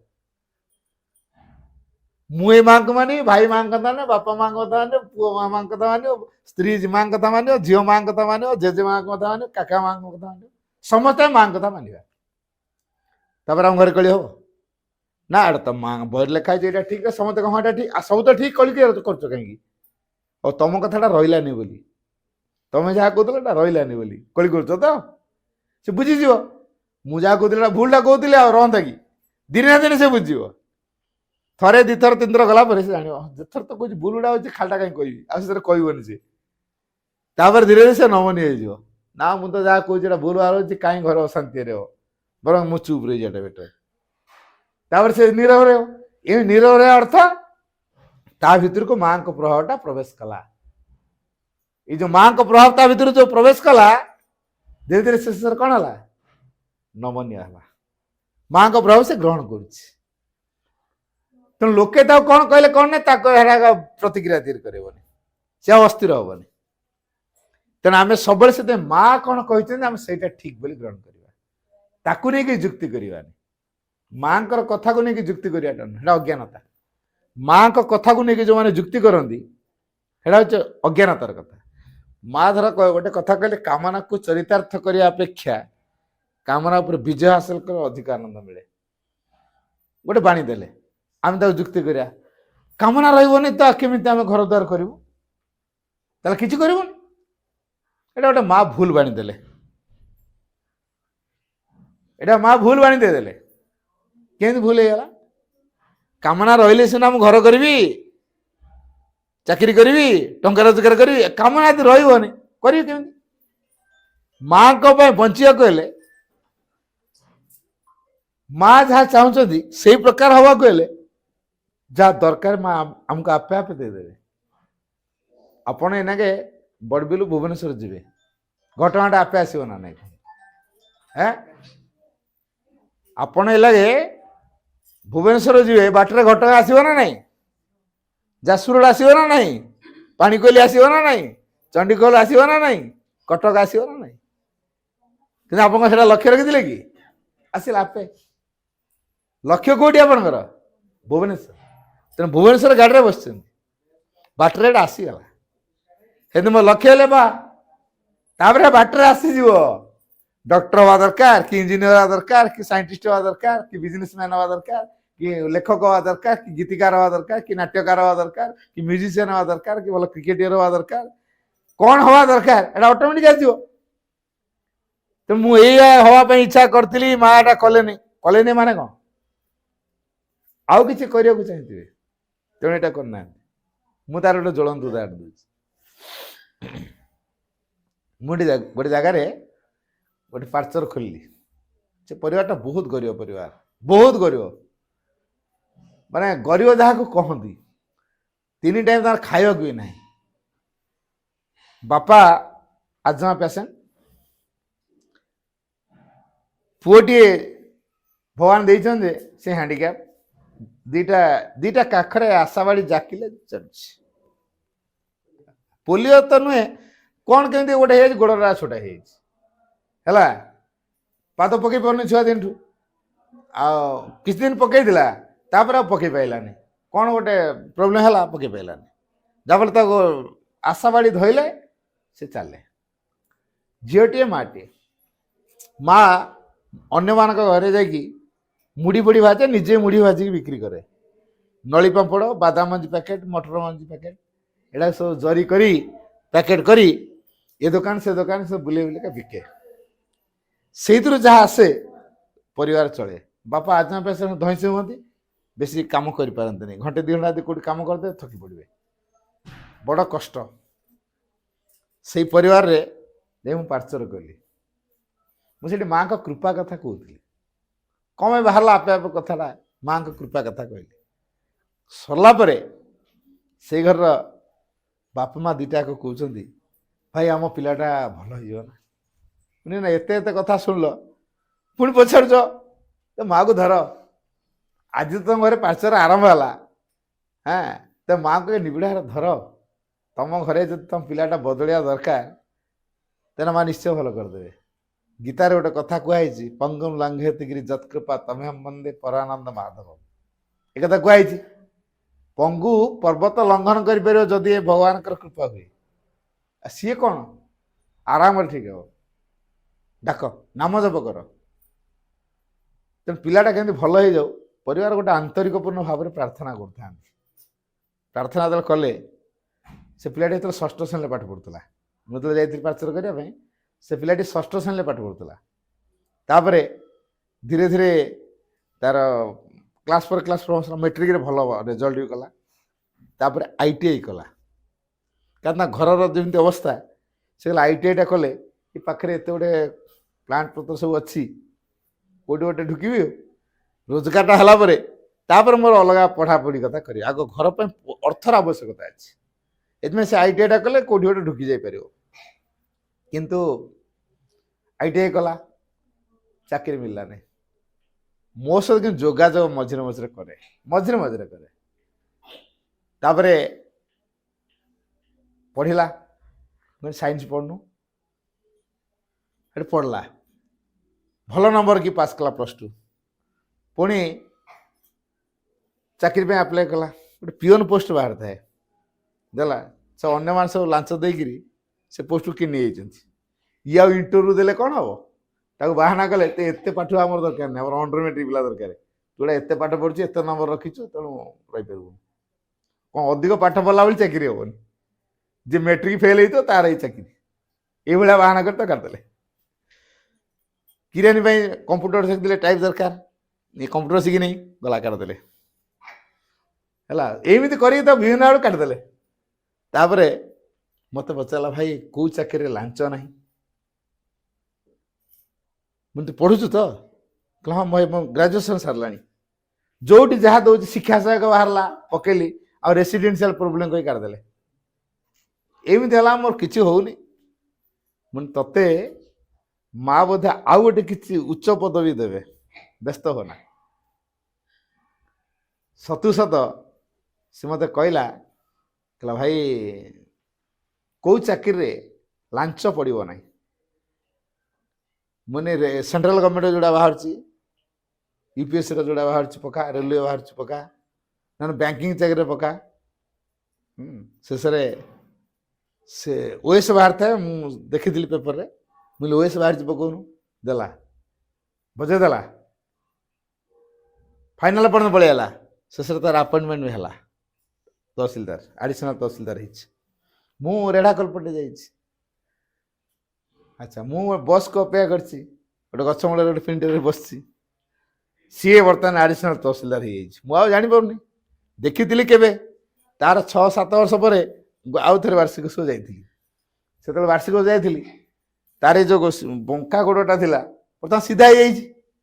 ଆଶାବାଡ଼ି ଧରୁନି, ସିଧା ଆଇଲା, ଫୁଲ୍ ପ୍ୟାଣ୍ଟ ଫୁଲ୍ ସାର୍ଟ ପିନ୍ଧିଛି, ଆଇଲା, ନମସ୍କାର। ମୁଁ କହିଲା ଭାଇ ଚିହ୍ନି ପାଇଲେନି? ନା। କହିଲା ମୁଁ ମୁନୁ। ତୋର ଆଶାବାଡ଼ି? ଆପଣ ତ କହିଥିଲେ ଆଶାବାଡ଼ି ମା ନେଇଯିବ, ନେଇଯାଇଛନ୍ତି। ଆଶାବାଡ଼ି ମା ନେଇଯାଇଛନ୍ତି, ମୋର ବର୍ତ୍ତମାନ ଆଶାବାଡ଼ି ଦରକାର ହଉନି। ହେଲେ ଆଚ୍ଛା ଆଚ୍ଛା, ଭଲ ହେଲା। ଆଉ ତାହେଲେ ମାଆଙ୍କୁ ତ କେମିତି, ମା କେମିତି କରନ୍ତି ବିଶ୍ୱାସ? ମା ତ ଭଲ ଭାବରେ ପ୍ରେୟାର ଶୁଣନ୍ତି, ନହେଲେ ମୁଁ ଏମିତି କ'ଣ ସିଧା ହେଇପାରିଥାନ୍ତି ନା ଏମିତି ଚାଲି ବୁଲି କରିପାରିଥାନ୍ତି? ଦେଖନ୍ତୁ, ବର୍ତ୍ତମାନ ଆପଣ ତ ଜାଣିପାରୁନାହାନ୍ତି ମୁଁ ଭଲ ପିଲାଟା ଭଳିଆ ଲାଗୁଛି। ତାପରେ ତହସିଲଦାର ହେଲା ପରେ ପୁଣି ସେମିତି ଥରେ ସେ ରେଢ଼ାଖୋଲ ପାଖରେ ବସିଛି ଗଛ ମୂଳରେ। ସେ ଗାଡ଼ିଟା ନେଇକି ସେଇଠି ଲଗେଇଲା, ରାସ୍ତାଟା ସିଆଡ଼େ। ଲୋକଟା କ'ଣ ଏଠି କ'ଣ ଆଣୁଛି ମୋ ପାଖକୁ? ସେଠୁ ଗାଡ଼ିରୁ ଓହ୍ଲେଇକି ଆସିଲା, ଆସି ପ୍ରଣାମ କଲା। ମୁଁ ଅନେଇଲି ବେଲକା ହେଇକି। ମୁଁ କହିଲି, ମୋତେ ପଚାରିଲା ଭାଇ ଚିହ୍ନି ପାରିଲେ? ଟିକେ ହେଲ୍ଦି ବି ହେଇଯାଇଛି, ସୁନ୍ଦର ବି ହେଇଯାଇଛି, ହେଲା, କାରଣ ବର୍ତ୍ତମାନ ଟେନସନ୍ ବି ହେଇଯାଇଛି ନା, ତାର ବଡ଼ିର ଚେଞ୍ଜ ହେଇଯାଇଛି। ଛୋଟା ମୂଳରେ ଚିହ୍ନ ବର୍ଣ୍ଣ ନାହିଁ, ଛୋଟାର ଚିହ୍ନ ବର୍ଣ୍ଣ ନାହିଁ। ମୁଁ ନା, ମୁଁ ଜାଣିପାରୁନି। ଏଇ ତ ଆପଣ ମୋଟେ ଜମା ଚିହ୍ନି ପାରୁନାହାନ୍ତି, ଆଉ ଯେତେ ଥର ଦେଖିଲେ ମୋତେ ଚିହ୍ନି ପାରୁନାହାନ୍ତି। ଆଉ କହୁନ କିଏ? ମା ମୁନୁ। ଆରେ ତୁ କ'ଣ ଗାଡ଼ିରେ ବୁଲିଲୁଣି? ପାର୍ଚର ଚାଲିଛି ନା? କହିଲା ହଁ ଭାଇ, ପାର୍ଚର ମୁଁ ବନ୍ଦ କରୁନି। ଆଇ ସେ ମାଆଙ୍କ କୃପାରୁ ମୁଁ ଆଡ଼ିସନାଲ ତହସିଲଦାର ହେଇଛି। ହାଁ, ଆଡ଼ିସନାଲ ତହସିଲଦାର? ଖୁସି ହେଇଗଲି ମୁଁ ଦେଖ, ତୁ କହୁଥିଲୁ ମୁଁ ପିଅନ ହେବି, ମୁଁ କିରାନୀ ହେବି, ମୁଁ ଶିକ୍ଷା ସହାୟକ ହେବି, ବର୍ତ୍ତମାନ ମା ତତେ କ'ଣ କରିଛନ୍ତି? ତୁ ମୋତେ କହୁଥିଲୁ ନା କେଉଁ ଚାକିରିରେ ଲାଞ୍ଚ ନାହିଁ। ମୋର ଯୋଉଠି ଦେଉଛି ଦେଖନ୍ତୁ, ମୁଁ କ୍ୱାଲିଫାଏଡ୍ ଥାଇକି ମଧ୍ୟ ମୋତେ କାଢ଼ି ଦେଉଛନ୍ତି, ଲାଞ୍ଚ ଫାଞ୍ଚ ଦେଇକି କାଢ଼ି ଦେଉଛନ୍ତି, ଅନ୍ୟ କାଢ଼ି ଦେଉଛନ୍ତି। ବର୍ତ୍ତମାନ ଦେଖ, ମା ଚାହିଁଛନ୍ତି ତୁ OS ଅଫିସର ହବୁ, ତୁ କ'ଣ କହୁଛୁ ମୁଁ ପିଅନ ହେବି ବୋଲି? ସବୁବେଳେ ମାଆଙ୍କ ଇଚ୍ଛା କାର୍ଯ୍ୟକାରୀ ହବ। ତେଣୁ ମା ଯାହା ଜୀବନରେ ଆସିବେ ତା ଜୀବନ ପାଇଁ ଯାହା ଆବଶ୍ୟକ ତାର ଓଏସ୍ ହବା ଆବଶ୍ୟକ ଅଛି। ଓଏସ୍ ମାଧ୍ୟମରେ ତାର ମା କିଛି କାମ କରିବେ, ତେଣୁ ତାକୁ ଓଏସ୍ କରେଇ ଦେଇଛନ୍ତି। ସିଏ କଣ ଭାବିଥିଲା କି ମୋ ଜୀବନ ବଡ ହେଲେ ଗୋଟେ ଓଏସ୍ ଅଫିସର ବୋଲି ଭାବିକି ପାଠ ପଢୁଥିଲା କି? ସିଏ ତ ଯାଇକି ITI ପଢୁଥିଲା, ମୁଁ ଚାକିରିଟେ କଲେ ମୋ ପରିବାର ଚଳିବ। ଶିକ୍ଷା ସହାୟକ ମାଷ୍ଟରଟେ ହେଲେ ପାଠ ପଢେଇକି ମୁଁ ଚାକିରି ଭାବିଥିଲା ନା। ସେ କିଏ ଭାବିଥିଲା ମୁଁ ଓଏସ୍ ଅଫିସର ବୋଲି? କିନ୍ତୁ ମା ତାକୁ କଣ କରିଦେଲେ? ଓଏସ୍ ଅଫିସର କରିଦେଲେ। ଚିନ୍ତା କରନ୍ତୁ। ତେଣୁ ପ୍ରକୃତରେ ଯାହା ପାଇଁ ଯାହା ଆବଶ୍ୟକ ମା ସେଟା କରିବେ। ଆମେ ବ୍ୟସ୍ତ ହବାର କିଛି ନାହିଁ। ଆମେ ଯୋଉ କାମନା ରଖୁଛୁ ମୋର ଏଇଟା ହବା ଦରକାର, ହେଲା ନାହିଁ, ମା ନାହାନ୍ତି, ମା ମୋ କଥା ଶୁଣୁନାହାନ୍ତି, ସେଟା ଭୁଲ। ତେଣୁ ଆମ ଜୀବନକୁ ଭଗବାନରେ ପରିଣତ କରିବା ଗୁରୁତ୍ୱପୂର୍ଣ୍ଣ କଥା। କିନ୍ତୁ ଭଗବାନ ହେଇଗଲେ କହନ୍ତି ନା ରୋଗ ଭୟ ଥିବ କି? ରୋଗ ଭୟ ନଥିବ। ମୃତ୍ୟୁର ଭୟ ଥିବ କି? ମୃତ୍ୟୁ ଭୟ ନଥିବ। ବୁଢା ବା ଭୟ ଥିବ କି? ନଥିବ। ହେଟା କେମିତି ଗୋଟେ ଆସିବ? ଗଛରୁ ଫୁଲଟା ଫୁଟୁଛି, ମଉଳି ଯାଉଛି ନା ନାହିଁ, ପୁଣି ସେ ଗଛ ଆହୁରି ଫୁଲ ଫୁଟଉଛି କି ନାହିଁ? ନା ସେଠି ସରିଗଲା, ଆଉ ଗଛ ଫୁଲ ହବନି। ଗୋଟେ ପୋଷାକ ଆମେ ପିନ୍ଧଛେ, ଛିଡ଼ିଗଲା କି ପୁରୁଣା ହେଇଗଲା, ମଇଳା ହେଇଗଲା, କଣ ଆଉ ତାପରେ ଆଉ ପୋଷାକ ପିନ୍ଧୁନାହାନ୍ତି? ଆମେ ଫୋପାଡ଼ି ଦେଲା ପରେ ପିନ୍ଧୁନାହାନ୍ତି? କିନ୍ତୁ ଆମେ ସେଇ ଲୋକଟା ଅଛେ ନା ନାହିଁ? ଠିକ ସେଇଭଳି ଆମ ଜୀବନରେ ଯାହା ଆବଶ୍ୟକ ମା ସେଟା କରିବେ। ତେଣୁ ଜୀବନକୁ ଭଗବାନରେ ପରିଣତ କିଏ କରିବେ? ଭଗବାନ ହେଲେ ଆଉ ଦୁଃଖ ନଥିବ, ରୋଗ ନଥିବ, ଆତଙ୍କବାଦୀର ଭୟ ନଥିବ, ଚୋରି ଡକାୟତର ଭୟ ନଥିବ। ତେଣୁ ମଣିଷ କଣ ସତରେ ଭଗବାନ ହବ? ଏଇଟା ମିଛ କଥା। ଆମ ମନରେ ପ୍ରଶ୍ନ ଅଛି ନା ନାହିଁ? ଆମ ମନରେ ପ୍ରଶ୍ନ ଉଠୁଛି, ସତରେ କଣ ମଣିଷ ଭଗବାନ ହବ? ଛେଳି ଛୁଆଟା ଛେଳି ହଉଛି, ମାଙ୍କଡ ଛୁଆଟା ମାଙ୍କଡ ହଉଛି, ଆଉ ଭଗବାନ ପିଲାଟା ଭଗବାନ ହବନି? ଆଉ କଣ ହବ? ଇଏ ପୁରା ଧ୍ରୁବ ସତ୍ୟ, ଆମେ ଦିନେ ଭଗବାନ ହବା। ଏ କଥା ଆଗରୁ କେହି କହିନାହାନ୍ତି, ଏଇ ମା ଆଉ ଶ୍ରୀ ଅରବିନ୍ଦ କହିଛନ୍ତି। ମଣିଷ ଭଗବାନ ହବ। କେମିତି ହବ? ଏଇ ମାଙ୍କ ସହାୟତାରେ। ଯୋଉମାନେ ମାକୁ ନିବିଡ଼ ଭାବରେ ଧରିବେ ସିଏ ହେବେ। କ୍ଷୀର ଆମେ ଆଣିକି ରଖୁଛେ, ଦିନ ରଖିଲେ 2 ଦିନ ରଖିଲେ, ଫ୍ରିଜରେ ରଖିକି, ଆଉ 3 ଦିନ କି 4 ଦିନ ମାକ୍ସିମମ୍ ରହୁଛି, ତାପରେ ଆପେ ଛିଡି ଯାଉଛି ନା ନାହିଁ? ଛିଡି ଯାଉଛି।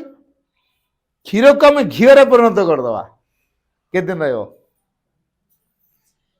3 ବର୍ଷ 4 ବର୍ଷ ରହିବ ନା ନାହିଁ? 5 ବର୍ଷ ରହିବ ନା ନାହିଁ? ସିଏ ନଷ୍ଟ ହବ। ତେଣୁ କ୍ଷୀରର ଅତି ସାର ତତ୍ଵଟା କୋଉଟା? ଘିଅ। ତେଣୁ ଆମେ ସେ ସାରାତି ସାର ବସ୍ତୁକୁ ଜୀବନରେ ଗ୍ରହଣ କରିବା। ସାରାତି ସାର ବସ୍ତୁ କିଏ? ମା।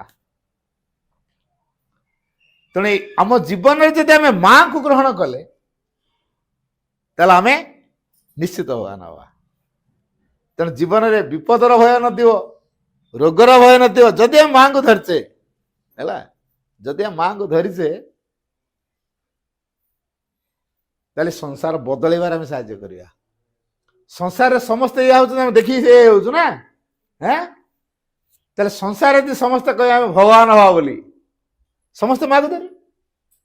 ହଁ, କଣ କଲେ ଏ ସଂସାରର ସମସ୍ତେ ମାଙ୍କୁ ଧରିବେ? ଆମେ ଯୋଉ ମୁଷ୍ଟିମୟ କେତେ ଜଣ ମାଙ୍କୁ ଜାଣିଲେଣି। ଜୀବନର ଅସଲ ସୁଖଟା ଏ ମାଙ୍କ ପାଖରେ ଅଛି, ସ୍ଥାୟୀ ସୁଖଟା ମାଙ୍କ ପାଖରେ ଅଛି, ସ୍ଥାୟୀ ସୁରକ୍ଷାଟା ମାଙ୍କ ପାଖରେ ଅଛି। ଏବଂ ଆମେ ଭଗବାନ ହବାଟା ନିଶ୍ଚିତ ଏଇ ମାଙ୍କ ଦ୍ୱାରା। ଏଇ ବୋଧଟା ଯଦି ଆମ ଭିତରେ ଆସିଗଲା, ତାହେଲେ ସମସ୍ତେ ମାଙ୍କୁ ଧରିବା। ଆମେ ଆନନ୍ଦ ପାଉଛେ ମାଙ୍କୁ ଧରିକି, ସେ ଆନନ୍ଦ ବାଣ୍ଟିବା। ଏଇ ମାଙ୍କୁ ଯିଏ ଧରିଛି, ତାର ଟଙ୍କା ଥାଉ ନଥାଉ, ପଇସା ଥାଉ ନଥାଉ, ଚାକିରି ଥାଉ ନଥାଉ, କିନ୍ତୁ ଭିତରେ ଗୋଟେ ସେ ଖୁସି ଅନୁଭବ କରୁଥିବ। ଯିଏ ନିବିଡ଼ ଭାବରେ ମାଙ୍କୁ ଧରିଛି, ମାଙ୍କ ହସ ହସ ମୁହଁକୁ ଦେଖିଦେଲେ ଜୀବନ ହସି ଉଠେ। ଲେଖା ହେଇଛି ଏ କଥାଟି, ଦେ ହୁ ହାଭ୍ ଲୁକ୍ଡ ଅନ୍ ମି ସାଲ୍ ଗ୍ରିଭ୍ ନୋ ମୋର୍। ଯୋଉମାନେ ମୋ ଉପରେ ଦୃଷ୍ଟି ନିବଦ୍ଧ କରିଛନ୍ତି ବା ଦେଖୁଛନ୍ତି, ମତେ ଦେଖିକି ଚାହିଁକି ରହୁଛନ୍ତି, ସାଲ୍ ଗ୍ରିଭ୍ ନୋ ମୋର୍, ତାଙ୍କର ଆଉ ଦୁଃଖ ଯନ୍ତ୍ରଣା ବୋଲି କିଛି ନାହିଁ। ତେଣୁ ମାଙ୍କର ହସ ହସ ମୁହଁକୁ ଚାହିଁଲେ ସକଳ ଦୁଃଖ ଦୂର ହେଇଯାଏ। ସୂର୍ଯ୍ୟ ଆସିଲେ ଯେମିତି ଅନ୍ଧକାର ଦୂର ହେଇଯାଏ, ଏଇ ମାଙ୍କ ହସ ହସ ମୁହଁକୁ ଯଦି ଆମେ ସବୁବେଳେ ଦେଖିବା, ତାହେଲେ ଆମ ଭିତରେ ହସ ଫୁଟି ଉଠିବ, ଦୁଃଖ ଦୂର ହେଇଯିବ। ଆଉ ଏ ଭଗବାନ ହଉଛନ୍ତି ଦ divine Elon can give U A perfect protection. ये जो भगवान सी ही केवल आमको एक परिपूर्ण सुरक्षा दे पारे जेतु केवल ये भगवान ही आमको परिपूर्ण सुरक्षा दे पारे एपाई किए चाहे सुरक्षित जीवन किए चाहे विपदयुक्त जीवन किए चाहती समस्त चाहे सुरक्षित हो क्या द्वारा हो माँ कूल जी अच्छी से जो निरापद माँ ठू पार गला कौन हम कही हम छुआ जिते पर्यंत माँ कूल अच्छी से कौन फिल कर दो आम देखा सांग पिला माड़ खाई आसो आसी घरे माँ बाहर कांदू कौन है रे सी मत मारला किए मारला खाए चल देखा माँ तो काखेक नहीं जो कि धर धरिका नहीं जो छुआ साहस जीव ना डर डरिक जो एक आन देखा मत जो मारदेल मुझे एकुटिया आन देखा मो माँ आईना आन देखा कह ना नहीं कह कि नहीं तेणु माँ को सांग जा जी आसू आई मो माँ अच्छी आगे सुरक्षा मत दब कौन छुआ माड़ कर माँ हेठ देखु ता छुआ कौन टे किए कहते फटिक माँ बाहर पड़ू आमर जहाँ किसी लाग किए बाहर पड़े माँ बाहर पड़े ये आम माँ दरकार तो आसतु माँ को अधिक अधिक भल पाइबा माँ को घर मुख्य बोली मानिबा जो अहंकार बोध को लेकिन आम सब डेउनु कि परिवार मुख्य यदि माँ आशीर्वाद होइजिबे ताले परिवार तांकर हला ताले जो संपत्ति जमी बाड़ी घर द्वार सब तांकर होइजिबो मोर किछि न एई बोधरे निरहंकार बोधरे आम जीवन बंची पारिबा घरे कलिकजिया हब नहीं शांति रहिबो जीवन मध्य दिव्य हो धन्यवाद प्रभु तुम निराजना पाई मुझे दीवानिसी अच्छी चाही प्रभु तुम निराजना पाई मुझे दीवानिसी अच्छी चाही मो मन मंदिरे अगुरु धूपर मो मन मंदिरे अगुरु धूपर आळती अछि मु थोई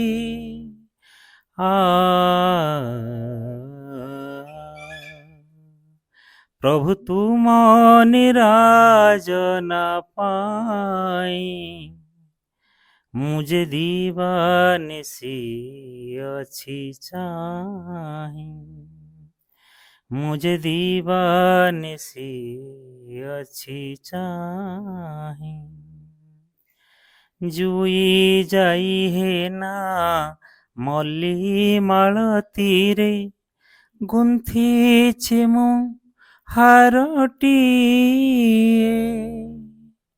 सरागे सजाई पूजा नैवेद्य तुम पथ चाही रहे जुई जाई है ना मल्ली मालतीरे गुंथी मु हारटीए सरागे सजाई पूजा नैवेद्य तुम पथ चाही रहे जीवन सलिता जलाइछि प्रभु जीवन सलिता जलाइछि प्रभु तुमरी आशीर्वा नेई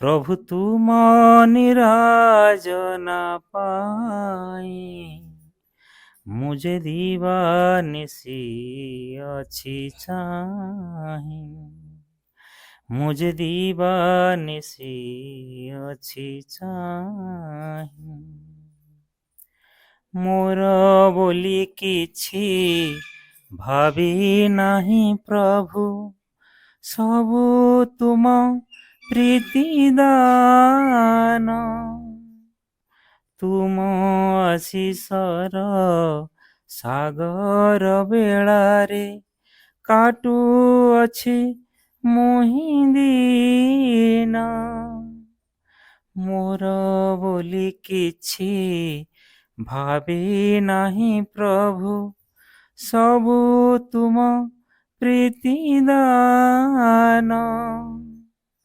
ତୁମ ଆଶିଷର ସାଗର ବେଳାରେ କାଟୁଅଛି ମୁହିଁ ଦିନ।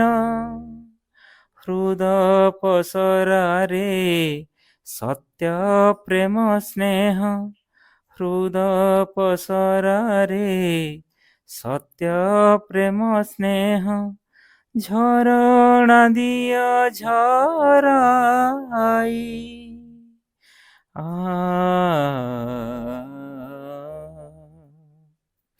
ପ୍ରଭୁ ତୁମ ନିରାଜନା ପାଇଁ ମୁଁ ଯେ ଦିବାନିଶି ଅଛି ଚାହିଁ, ମୁଁ ଯେ ଦିବାନିଶି ଅଛି ଚାହିଁ। ମୋ ମନ ମନ୍ଦିରେ ଅଗୁରୁ ଧୂପର, ମୋ ମନ ମନ୍ଦିରେ ଅଗୁରୁ ଧୂପର ଆଳତି ଅଛି ମୁଁ ଥୋଇ।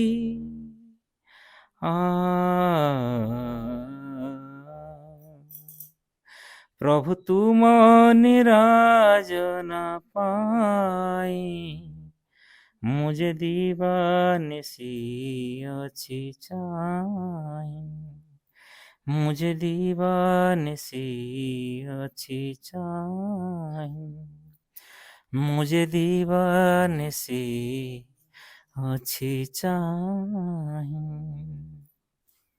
ବନ୍ଦେ ମାତରମ୍। ବର୍ତ୍ତମାନ ଆମେ 1 ମିନିଟ୍ नीरव रही कार्यक्रम को माँ पाखे निवेदन करवा। साइलेंस।